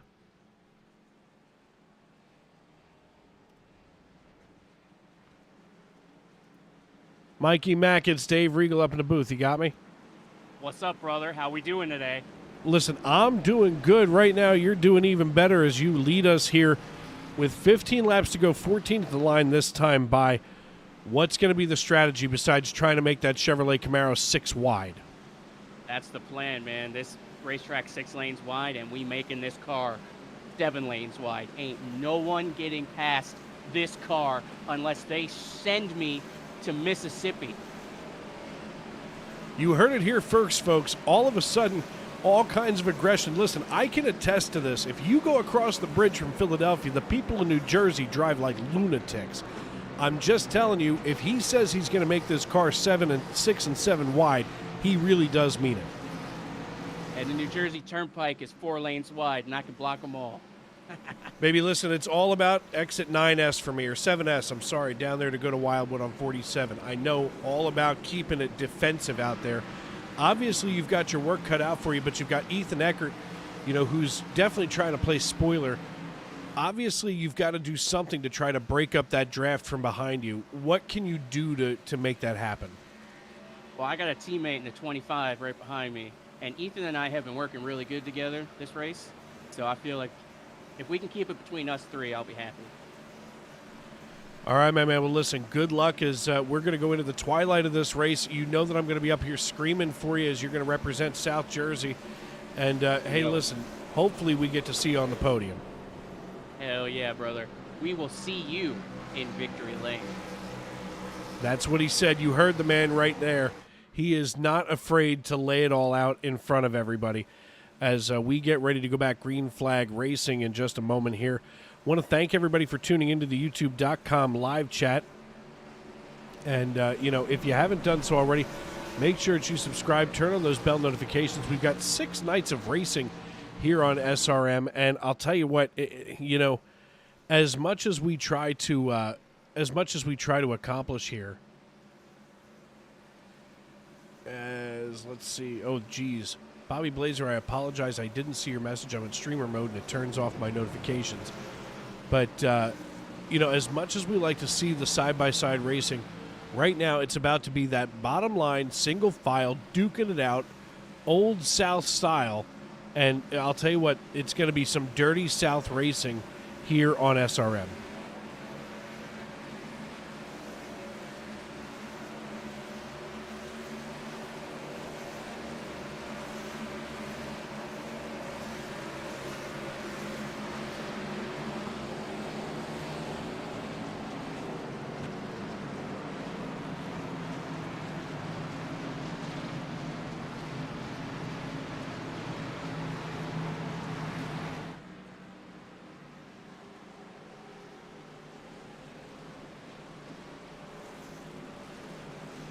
It's going to be 12 laps to go when we go back green flag racing as McConville and his teammate, the 25 of Dennis Mickelson, going to lead us back to green. The interesting thing is going to be whether or not we see the 25 try to dive below the 1 or try to dive behind the 1, trying to split him and Ethan Eckert. I mean, right now he's got some really good, drivers here around him. So, all things considered, Mike McConville's, this is kind of his race to lose right now in the twilight of the SNN Xfinity Series at Talladega.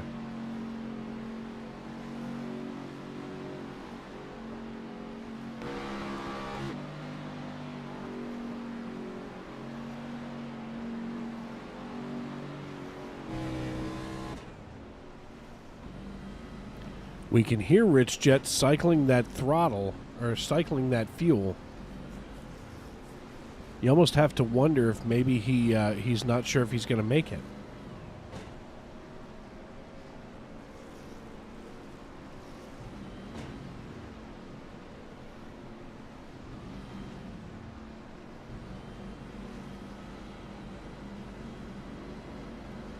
The iRacing.com pace car peels on down pit road. Mike McConville with control of the field. Teammate Dennis Mickelson over top of him. Ethan Eckert, our pole sitter, just behind him. Let's ride along as we get back green flag racing with Ethan Eckert. We're waiting for McConville to come into the Geico restart zone. He hits the loud pedal, and here we go. 12 laps to go at the line in Talladega Superspeedway.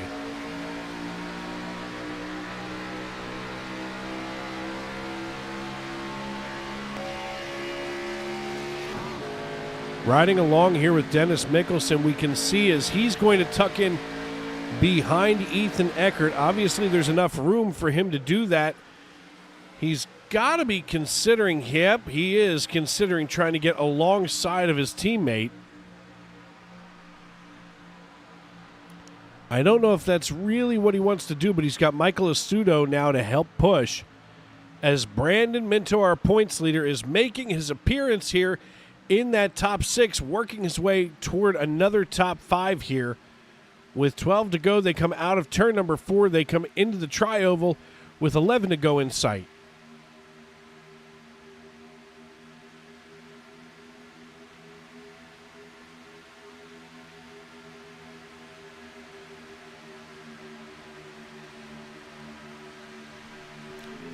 Side by side through turns 1 and 2 for the 25 and the 1. The 11 dipping down a little bit.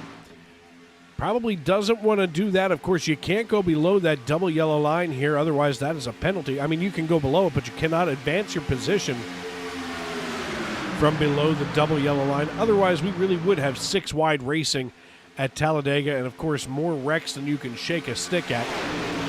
It's just 0.4 of a second from first back to 10th, and only 1 second all the way back to 18th position. So things have absolutely tightened up here in this top group here. Now Keith Black, Ethan Ball, Mike Wright, Bennett Allen, and Ken Ron, they're all kind of just hanging back. They know that, if they want to try to make a run for the end, they've got to get bunched up, and Ken Ron has now lost the draft. He's sliding back from Bennett Allen and the 13 of Trent Curtis.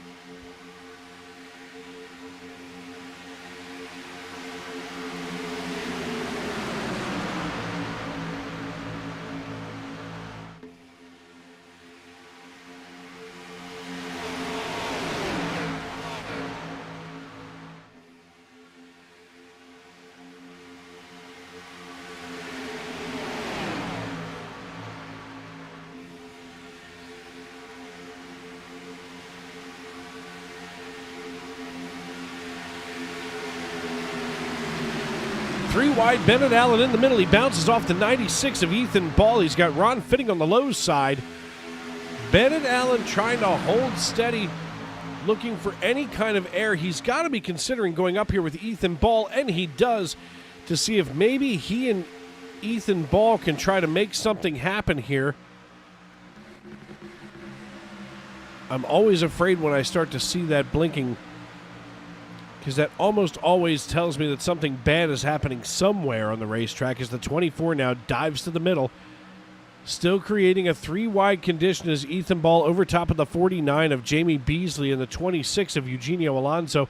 Nick Hansen hops up to the high side. We now have 3-wide racing for most of the racetrack. The lapped 89 is down there below the line. Oh, this is going to be trouble. 3 wide coming out of turn 2 down the backstretch. 2 rows of 3, 3 rows of 3. Dan Morgan, Zach Osborne, and Eugenio Alonso behind this group of 3, as now all of a sudden the 39, the 24, and the 15 start to advance their positions.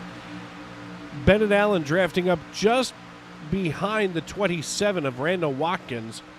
Watkins running in 7th position right now, so they both stand to gain wholesale positions as we move through the night here. Ethan Eckert, your race leader, being pushed along by Mike McConville. 8 laps to go here at Talladega. Dave Regal in the Tony Trapasso Memorial Broadcast booth. Want to thank all of you for coming in here tonight, checking out with us, welcoming us into your home and onto your phones, however you may be listening and wherever you may be. As the 98,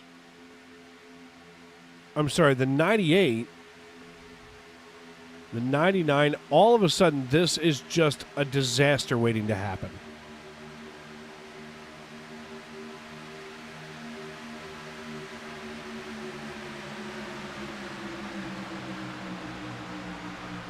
Nick Hansen in the 99 coming to assist in the 98 of Mike Wright, as they're going to link up here, taking it 3 wide. If there's anybody that I think can handle 3 wide with relative ease, it's Mike Wright. He's one of the most talented drivers in this league.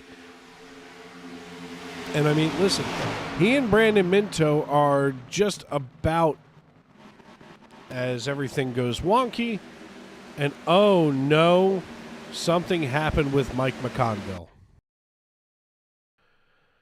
Let's see what happened with Mikey. He swings up in front of Bennett Allen. Oh, no. Well, that's no good, that's for sure.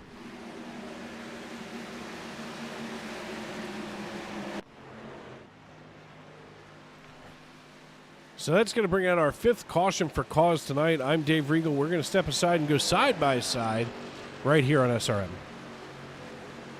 So, hi, my name's Christy. I am a wife, a mother of 3 children. I am a sister and an aunt of lots of nieces and nephews, and I'm also a substitute teacher. So my everyday life changed by going to appointments, a lot of appointments, a lot of scans.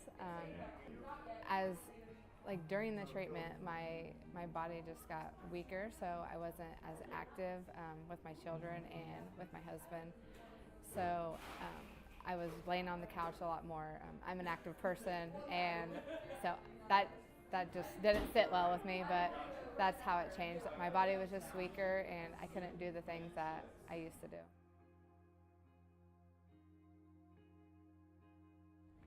So there was a lady in where I live from a local church who had heard that I had breast cancer, and she sent me a letter just reaching out for support, and she actually said that she's the one that told me about Trisha's Hope and that I should contact them, so I did.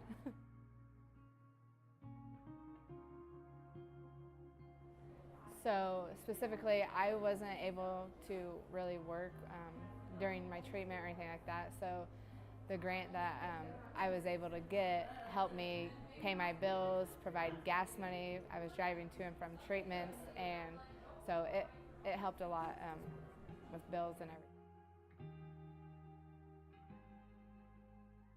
I would just say I am so grateful for Trisha's Hope and for all the people that have donated, because I don't know what I would have done without them. The most realistic online racing sim ever made. This is iRacing. Detailed laser scan tracks, fully dynamic real world cars, and over 50 series to choose from.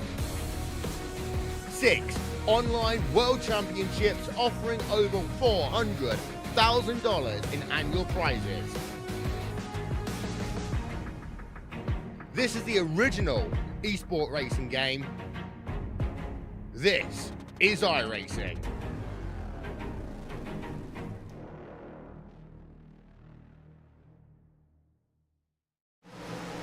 Welcome back to Talladega Superspeedway, where after what just seems like a really unfortunate circumstance, Mike McConville has now been shuffled back to 21st. 4 laps to go.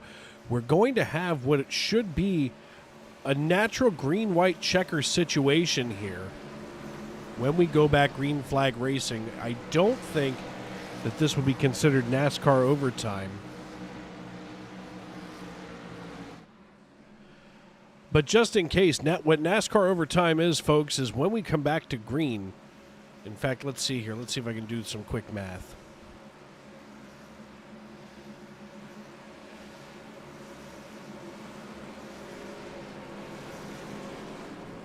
This would be considered a natural green-white checker. So when we go back green flag racing, it'll be 2 laps to go. If the caution flag should come out with 2 laps to go, or before the white flag flies, we'll rack them, stack them, and do it all over again. However, if the white flag manages to wave, the next flag will end the race. And that means whether the next flag is yellow or checkered, if the caution flag should come out after the white flag, the field will freeze and we will finish technically under caution, and whoever was timed first at the time of the caution will be our race winner. And Ethan Eckert right now has been battling all night long. He qualified on the pole. He's been up front and in the battle all night long. He last came down to pit on lap 95. So fuel is not an issue. What is an issue is Bennett Allen on his low side. Bennett Allen, a very good driver. Of course, they're both teammates out of the Joe Gibbs Racing stable. But, Bennett Allen is going to give Ethan Eckert fits. And this is the period in the race where, no longer are you teammates. You are individual drivers out there racing for the win as the iRacing.com pace car lights are out. This is what we've all been waiting for. It's a 2-lap shootout to the end when the green flag waves, as we head down into turn 3.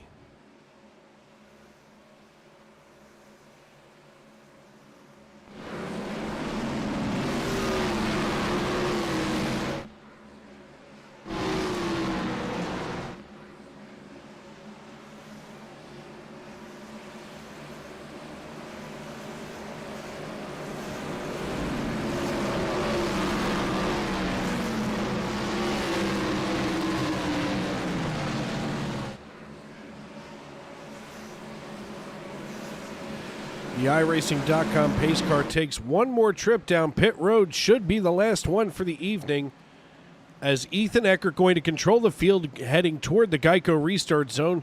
He passes the Yellowwood banner. We get here onto the tri-oval. They're waiting. They're being extremely patient. And here we go.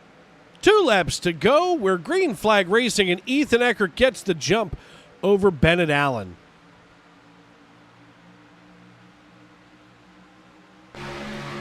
Bennett Allen coming up here to give the business right now to Ethan Eckert, as they are just going to have to bump draft for their lives, as right now Ethan Eckert controlling the field.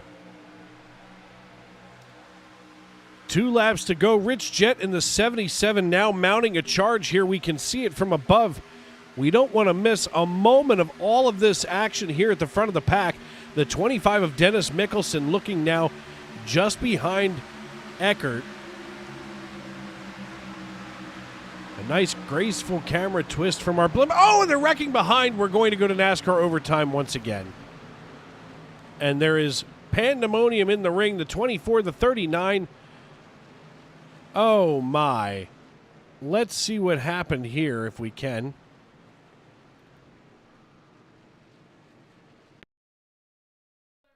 Here's the 24 with the 39. That's Michael Astudo. Astudo just kind of... Oh. They're dancing, but they can't keep it together. The 41 gets pushed out of the way, and wow. Just absolutely shreds the 24 of Richard Pruitt, does Michael Astudo, and Astudo's hood is gone. You can see the air filter box, and we will go to NASCAR overtime.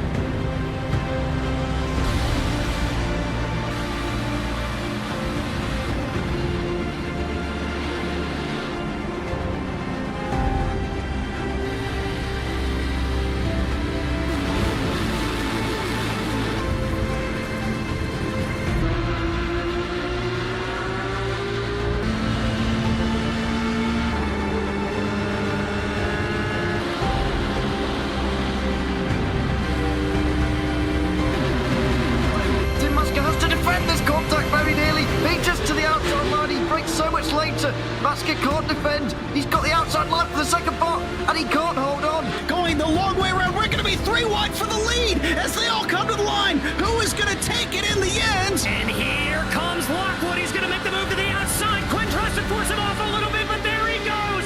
It's going to be side by side through turn 1. Will he be able to cover him off? He does. Weaving back to the left-hand side. Reynolds is trying everything. The kitchen sink is being thrown at it. They're leaning on each other. Coming into turn number 3. It's going to be a drag race through 3 and 4. Coming back to the line. Here comes Frisch on the bottom. Bouchard's going to hold the inside. Tries to be the late breaker here. They're going to be side by side through the final chicane. They bang doors, but keep it clean. As they're still 4 wide on the run down into the back straightaway. Demerit's looking for a line as well. What is going on in Michigan?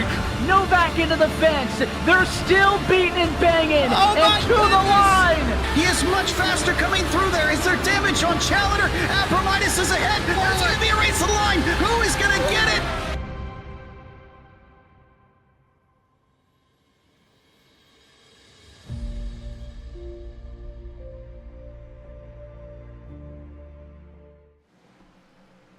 Welcome back to Talladega Superspeedway. Ethan Eckert getting ready for NASCAR overtime. And as I was just explaining a little while ago, before this green-white checkered attempt, now we're in official NASCAR overtime. as laps to go has been reset to 3. When we take the green flag, we'll be at 2 laps to go. When that happens, that means that we will race around and try to get a clean 2 laps to go. If the white flag comes out, we will race back to checkers. However, if the caution flag should come out before the white flag, we will rack them and stack them and do it one more time here at Talladega. As Ethan Eckert, Bennett Allen, Dennis Mickelson, Rich Jett, and Randall Watkins, your top 5. And I'll tell you what, if there's somebody that I want to see really make a run for it, it's going to be Randall Watkins here, Mr. 305 out of the Miami-Dade Fire and Rescue Department. As the iRacing.com pace car lights turn out, we'll get ready for NASCAR overtime.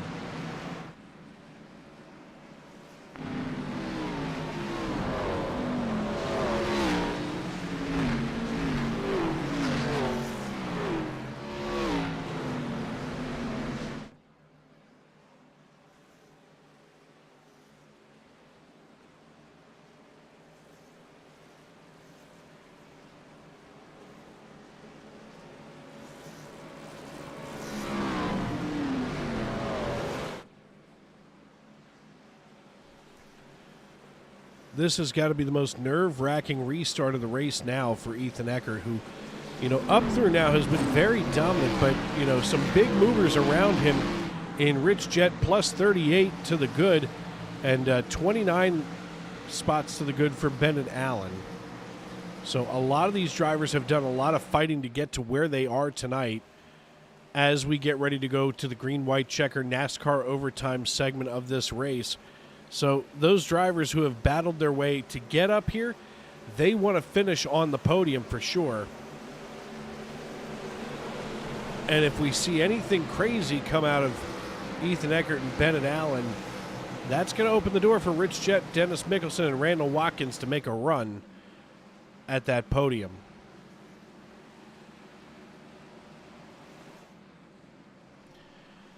The iRacing.com pace car peels on down pit road as Bennett Allen and Ethan Eckert going to control the field. They come out of turn 4 and into the tri-oval. And as mentioned so many times, that start-finish line deep into the tri-oval, actually past the apex down toward turn number 1.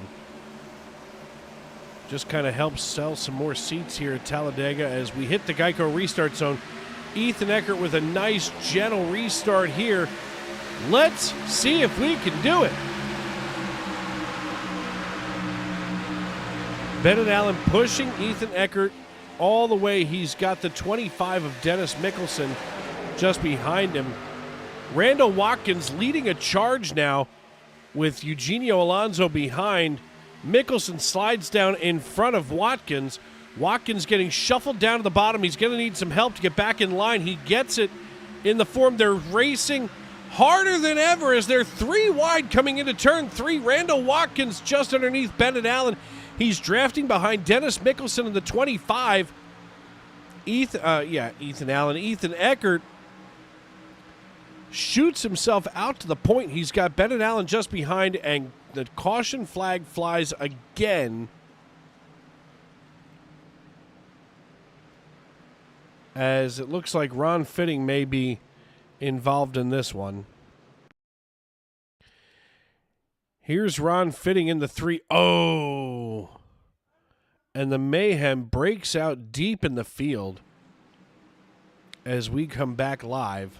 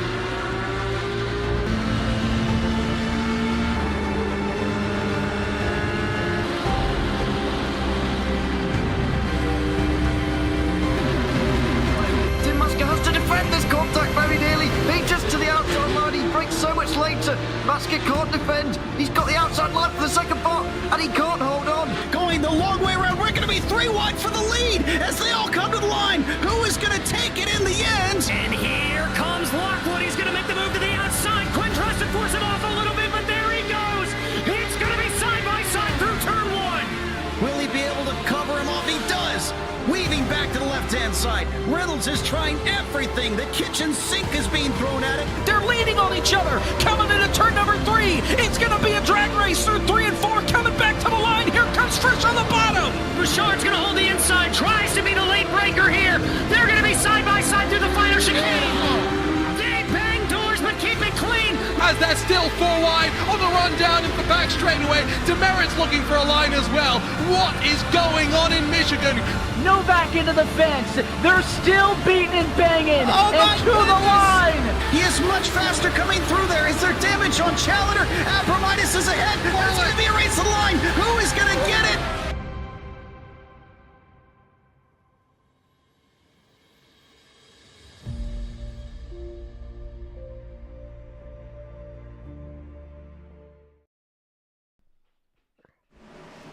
One more time, we get ready for a green-white checker NASCAR overtime segment here as Ethan Eckert, still our race leader. Dennis Mickelson in tow, driving the number 25. Bennett Allen, Rich Jett, and Randall Watkins, your top 5.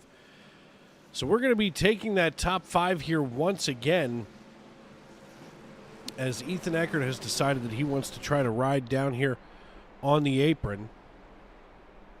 Almost sounds like he's trying to save fuel. Sure seems that way as that car is silent. There he goes as he's trying to refire the ignition. There he goes. So Ethan Eckert trying to save as many drops of fuel as he can as we still have one green-white checker attempt left as the first one was natural. So the iRacing.com pace car going to through the tri-oval, getting everybody ready to rack, stack, and go double file one more time.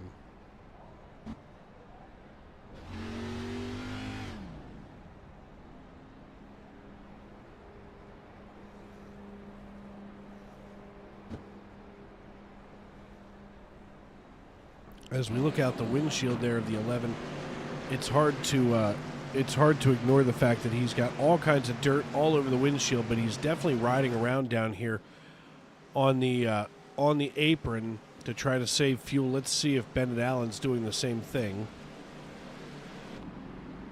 No, maybe he's just clutching.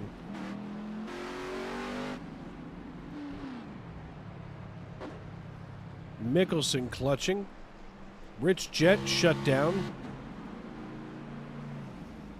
Randall Watkins shut down. So everybody's starting to get a little nervous here as the green-white checker gets ready to fly. The iRacing.com pace car lights are out, which means that we'll be making that attempt this time as we come on down the backstretch.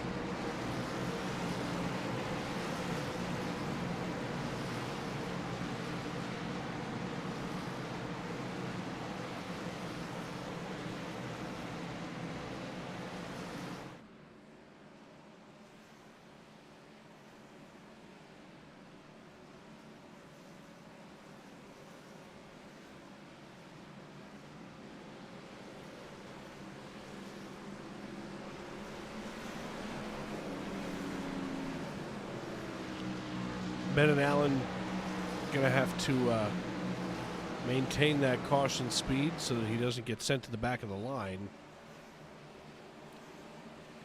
Going to be a green-white checker, so hopefully we can get through this time.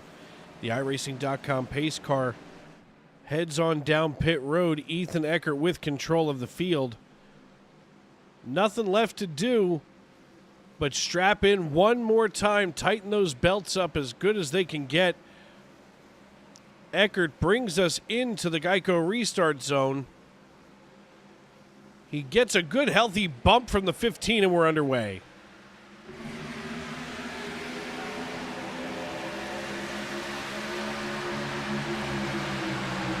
The 11 and 15 getting it done here. They're going to have the 25 come down below. We see the 27 of Randall Watkins getting the push that he needs from Eugenio Alonso. Eugenio trying to get this bottom line moving as fast as possible. But right now there is just way too much going on in front of him as we ride along here on the nose of Randall Watkins. Oh, Watkins takes out the 77. And around they go. It's pandemonium in the ring.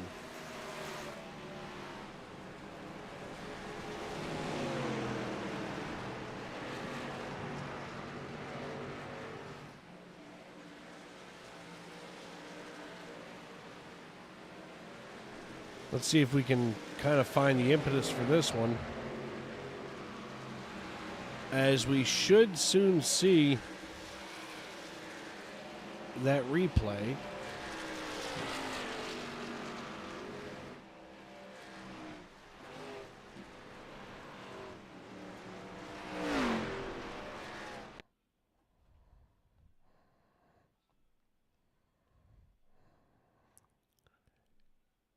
Here we are looking from above. Watkins gives the 25 a bump.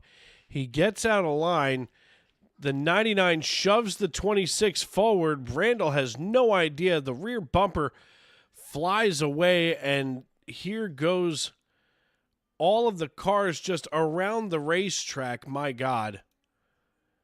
And once again, scurrying away from the disaster is Bennett Allen, Dennis Mickelson, and Ethan Eckert.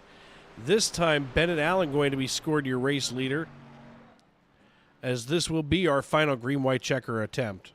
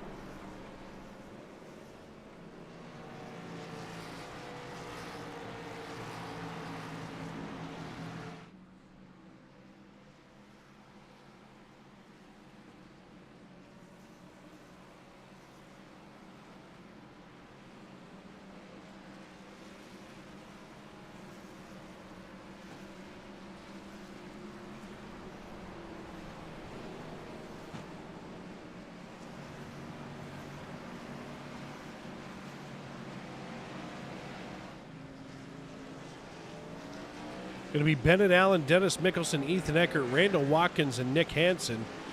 Watkins, even after having that rear bumper ripped off of the car, has decided to stay out and see if he can make a run here at the lead. And I got to say, that's a pretty gutsy move, but I'll tell you what, for a man who spent his time as a member of the Miami-Dade Fire and Rescue Department, he's used to making gutsy moves. So Watkins going to have to save some fuel. We see Bennett Allen and Ethan Eckert down here on the low side of the racetrack.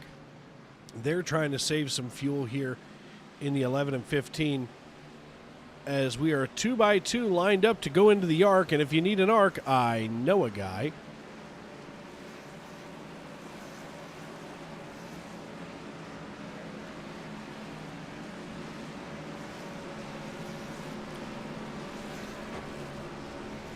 Bennett Allen kind of coasting along here behind the iRacing.com pace car, waiting to get back into line. He's going to need a lot of help from Ethan Eckert. And the 27 of Watkins going to line up here as well. It seems like everything kind of a hodgepodge of things. The 15 just looks absolutely wrecked. That paint scheme that started out white is gray now from all of the tire debris and crap that came off of the asphalt tonight.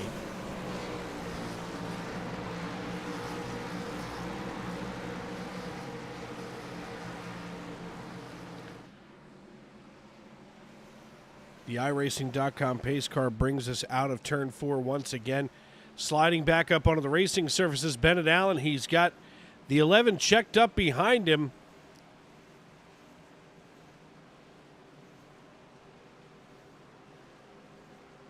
I don't know what in the world is going on.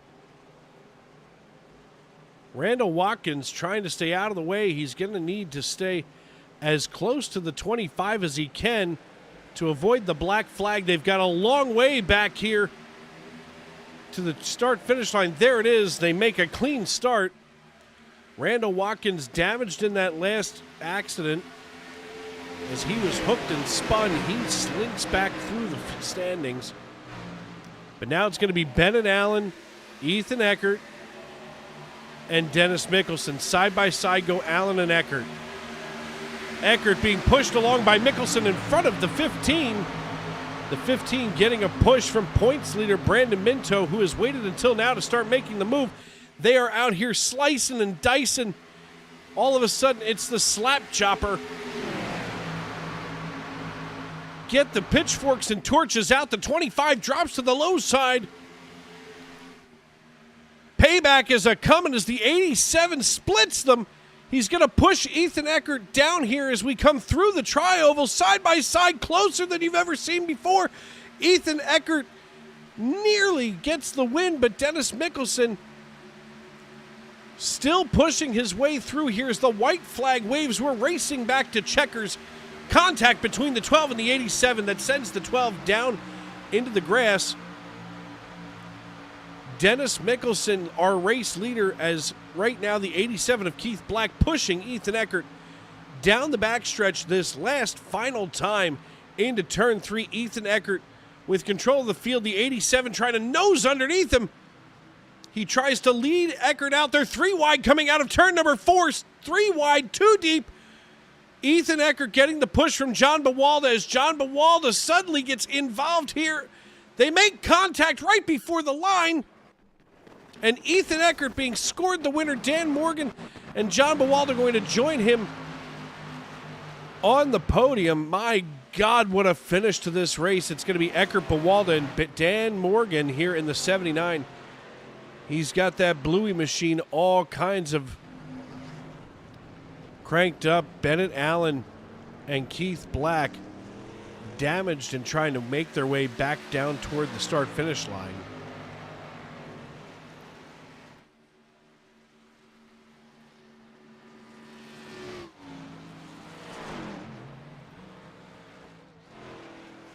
Let's go ahead and try to get Ethan Eckert down here into the waiting room. John Bawalda.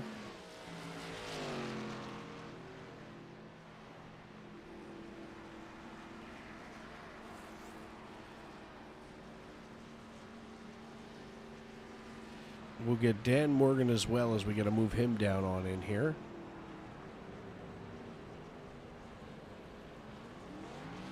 And of course, I don't see him.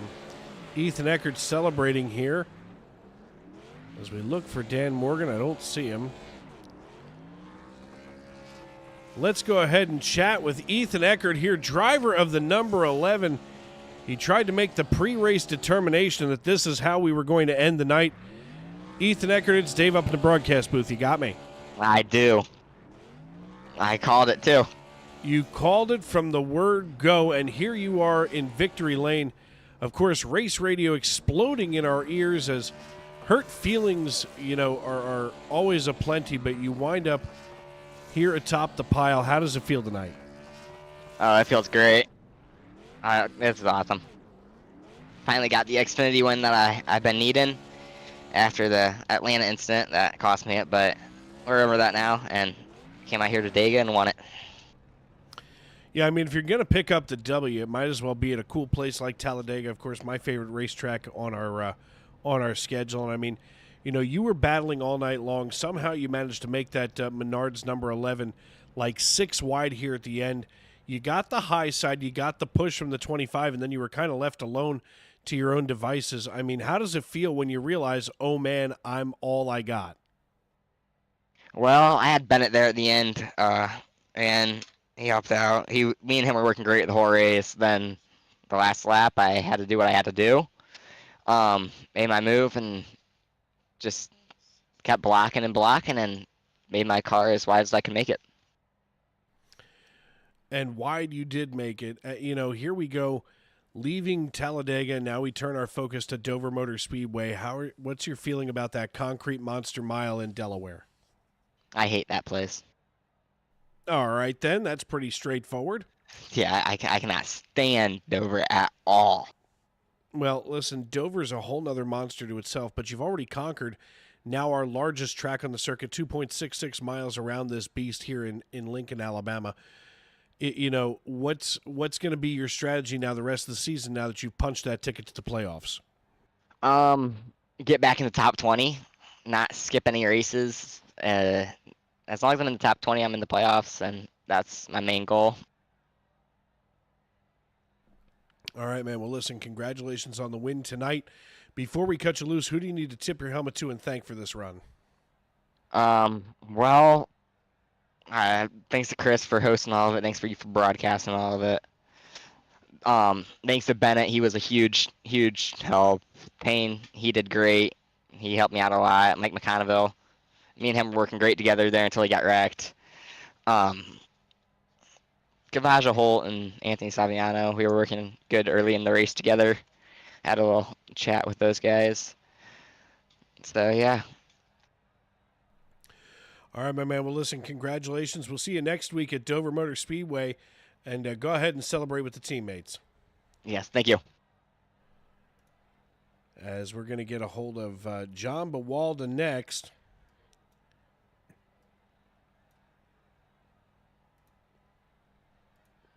Hey, John, it's Dave up in the broadcast booth. You got a copy?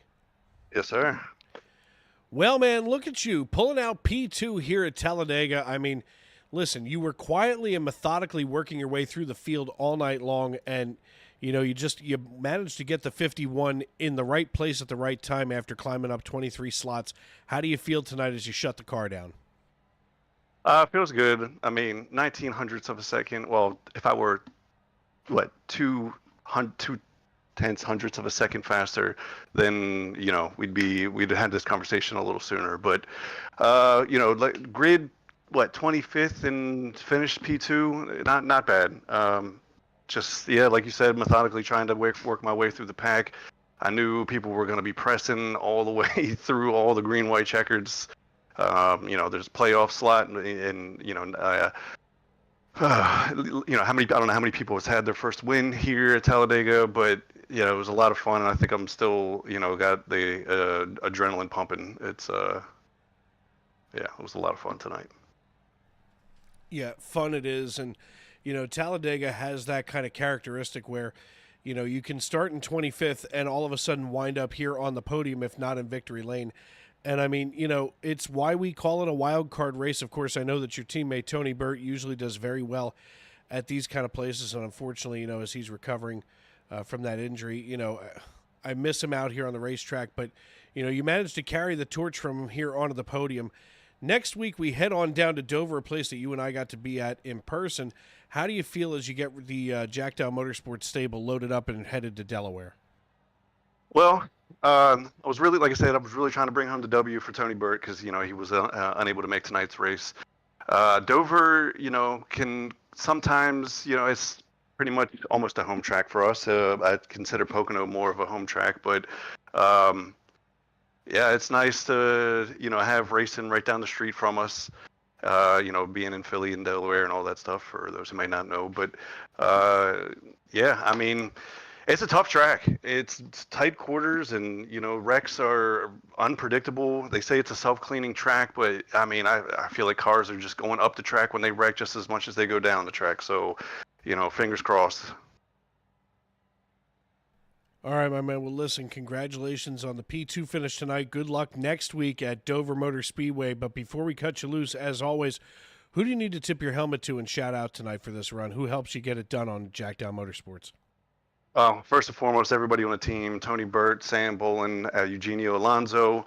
We wouldn't be able to do what we're doing with the wins and stuff that we've gotten in the season, in the league, and, different seasons if it weren't for Nitro Racing. Huge shout out to them. Was really hoping to be able to bring home a win for them. The Nitro Racing Talladega set was an absolute rocket ship. So thank you to them. My sponsors, iRacing iFlag with the iFlag and the dash of my 3/4 scale NASCAR that you can see on the Facebook page of Jack Dow Motorsports. Admin Box, who has provided me some of their admin boxes. I mean, it's kind of self-explanatory. If you're an admin of a race league, it's almost a must-have. And for me, running this as the simulator as a business, I'm able to use the box for the business as well. So that's pretty awesome. And a lot cleaner property maintenance because they help us clean things up on the team. So thanks to everybody. Thank you from the broadcast booth, and we'll see you again next week. Absolutely. All right, my friend. Well, listen, good luck next week. And if you catch Tony Burt, tell him I'm praying for him and that he's in my thoughts. Will do. Have a good night. All right. And last but finally, certainly not least, Dan Morgan in a surprise tonight brings the 72 onto the third step of the podium out of Dubuque. Hey, Dan, it's Dave. You got me? Yes, I do. Well, look at you in a surprise move up 30 positions tonight. I'm sure that you didn't expect this, one bit as we got, down and dirty here in the latter stage of this race. How do you find yourself on the podium? Well, I've always said I'd rather be lucky than good. And that was pure luck tonight because I was sitting back there in 14th or 15th, whatever, wasn't as lucky to get there. I was just able to miss a lot of the stuff that was going on in front of me. I think I still ended up with a 0X. So, but I ran out of fuel going into one right after start finish. So, hey, listen, if you're going to get lucky, you might as well get lucky at a place like Talladega. I mean, this is one of those racetracks that we talk about being a wild card because so many different factors can come into play here. I mean, as we look, from above the racetrack, we can see just the massive scale of this place.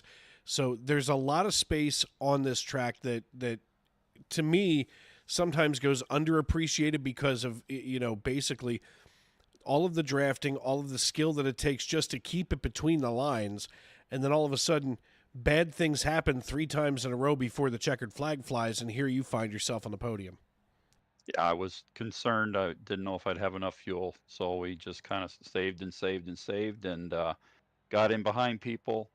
And I appreciate everybody driving me clean and stuff, and I try to drive everybody clean as well. So it was a good run all around for me.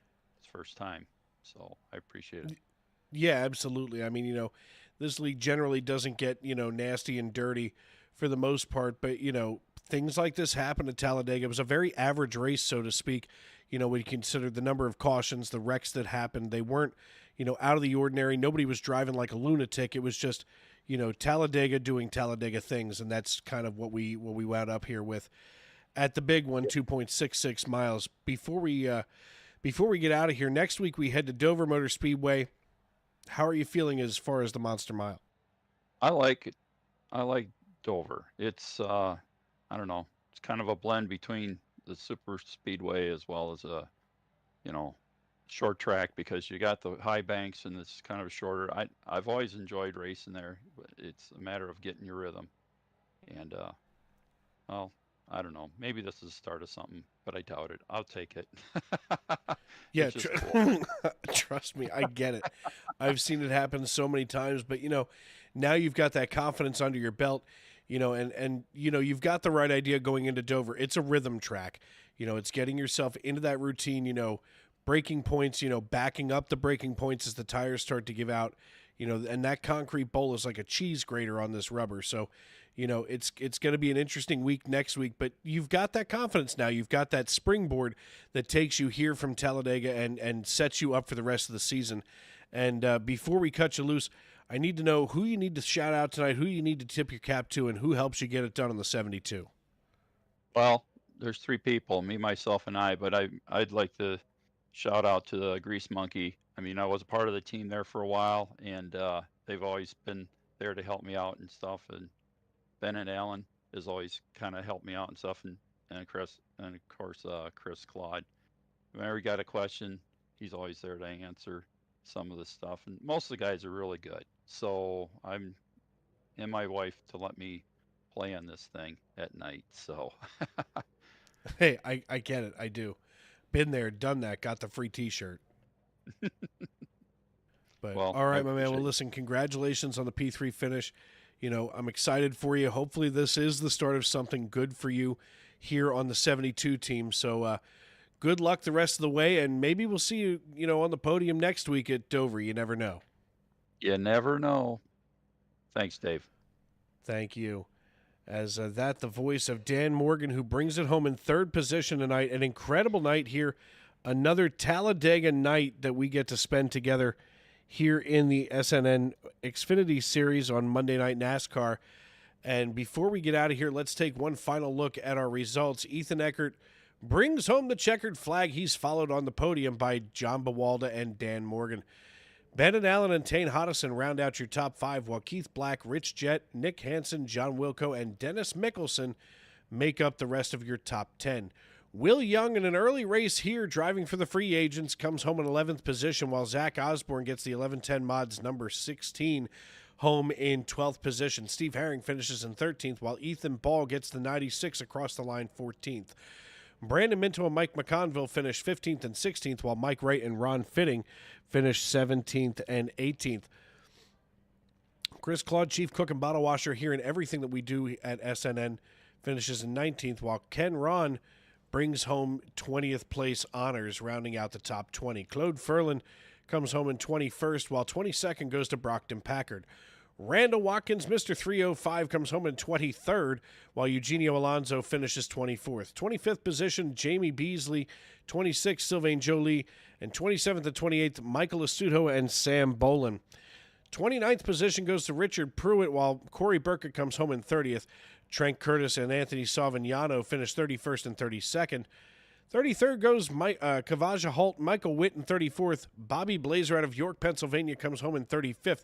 Mason Hoffner finishes 36th, with Aaron Mack and Charles Eaton beating everybody to the hot dog stand tonight in 37th and 38th. So 38 drivers took the green flag, but not everybody could finish in victory lane like Ethan Eckert could, and he called it before the race. He was excited for this race, and I can't be more proud of the young man who finally put together a winning campaign at this track tonight. So good for him as we get ready to close another chapter here in the MNN Xfinity Series book. I want to thank everybody for tuning in tonight, welcoming us into your homes and onto your phones, however you may be listening, no matter where you may be.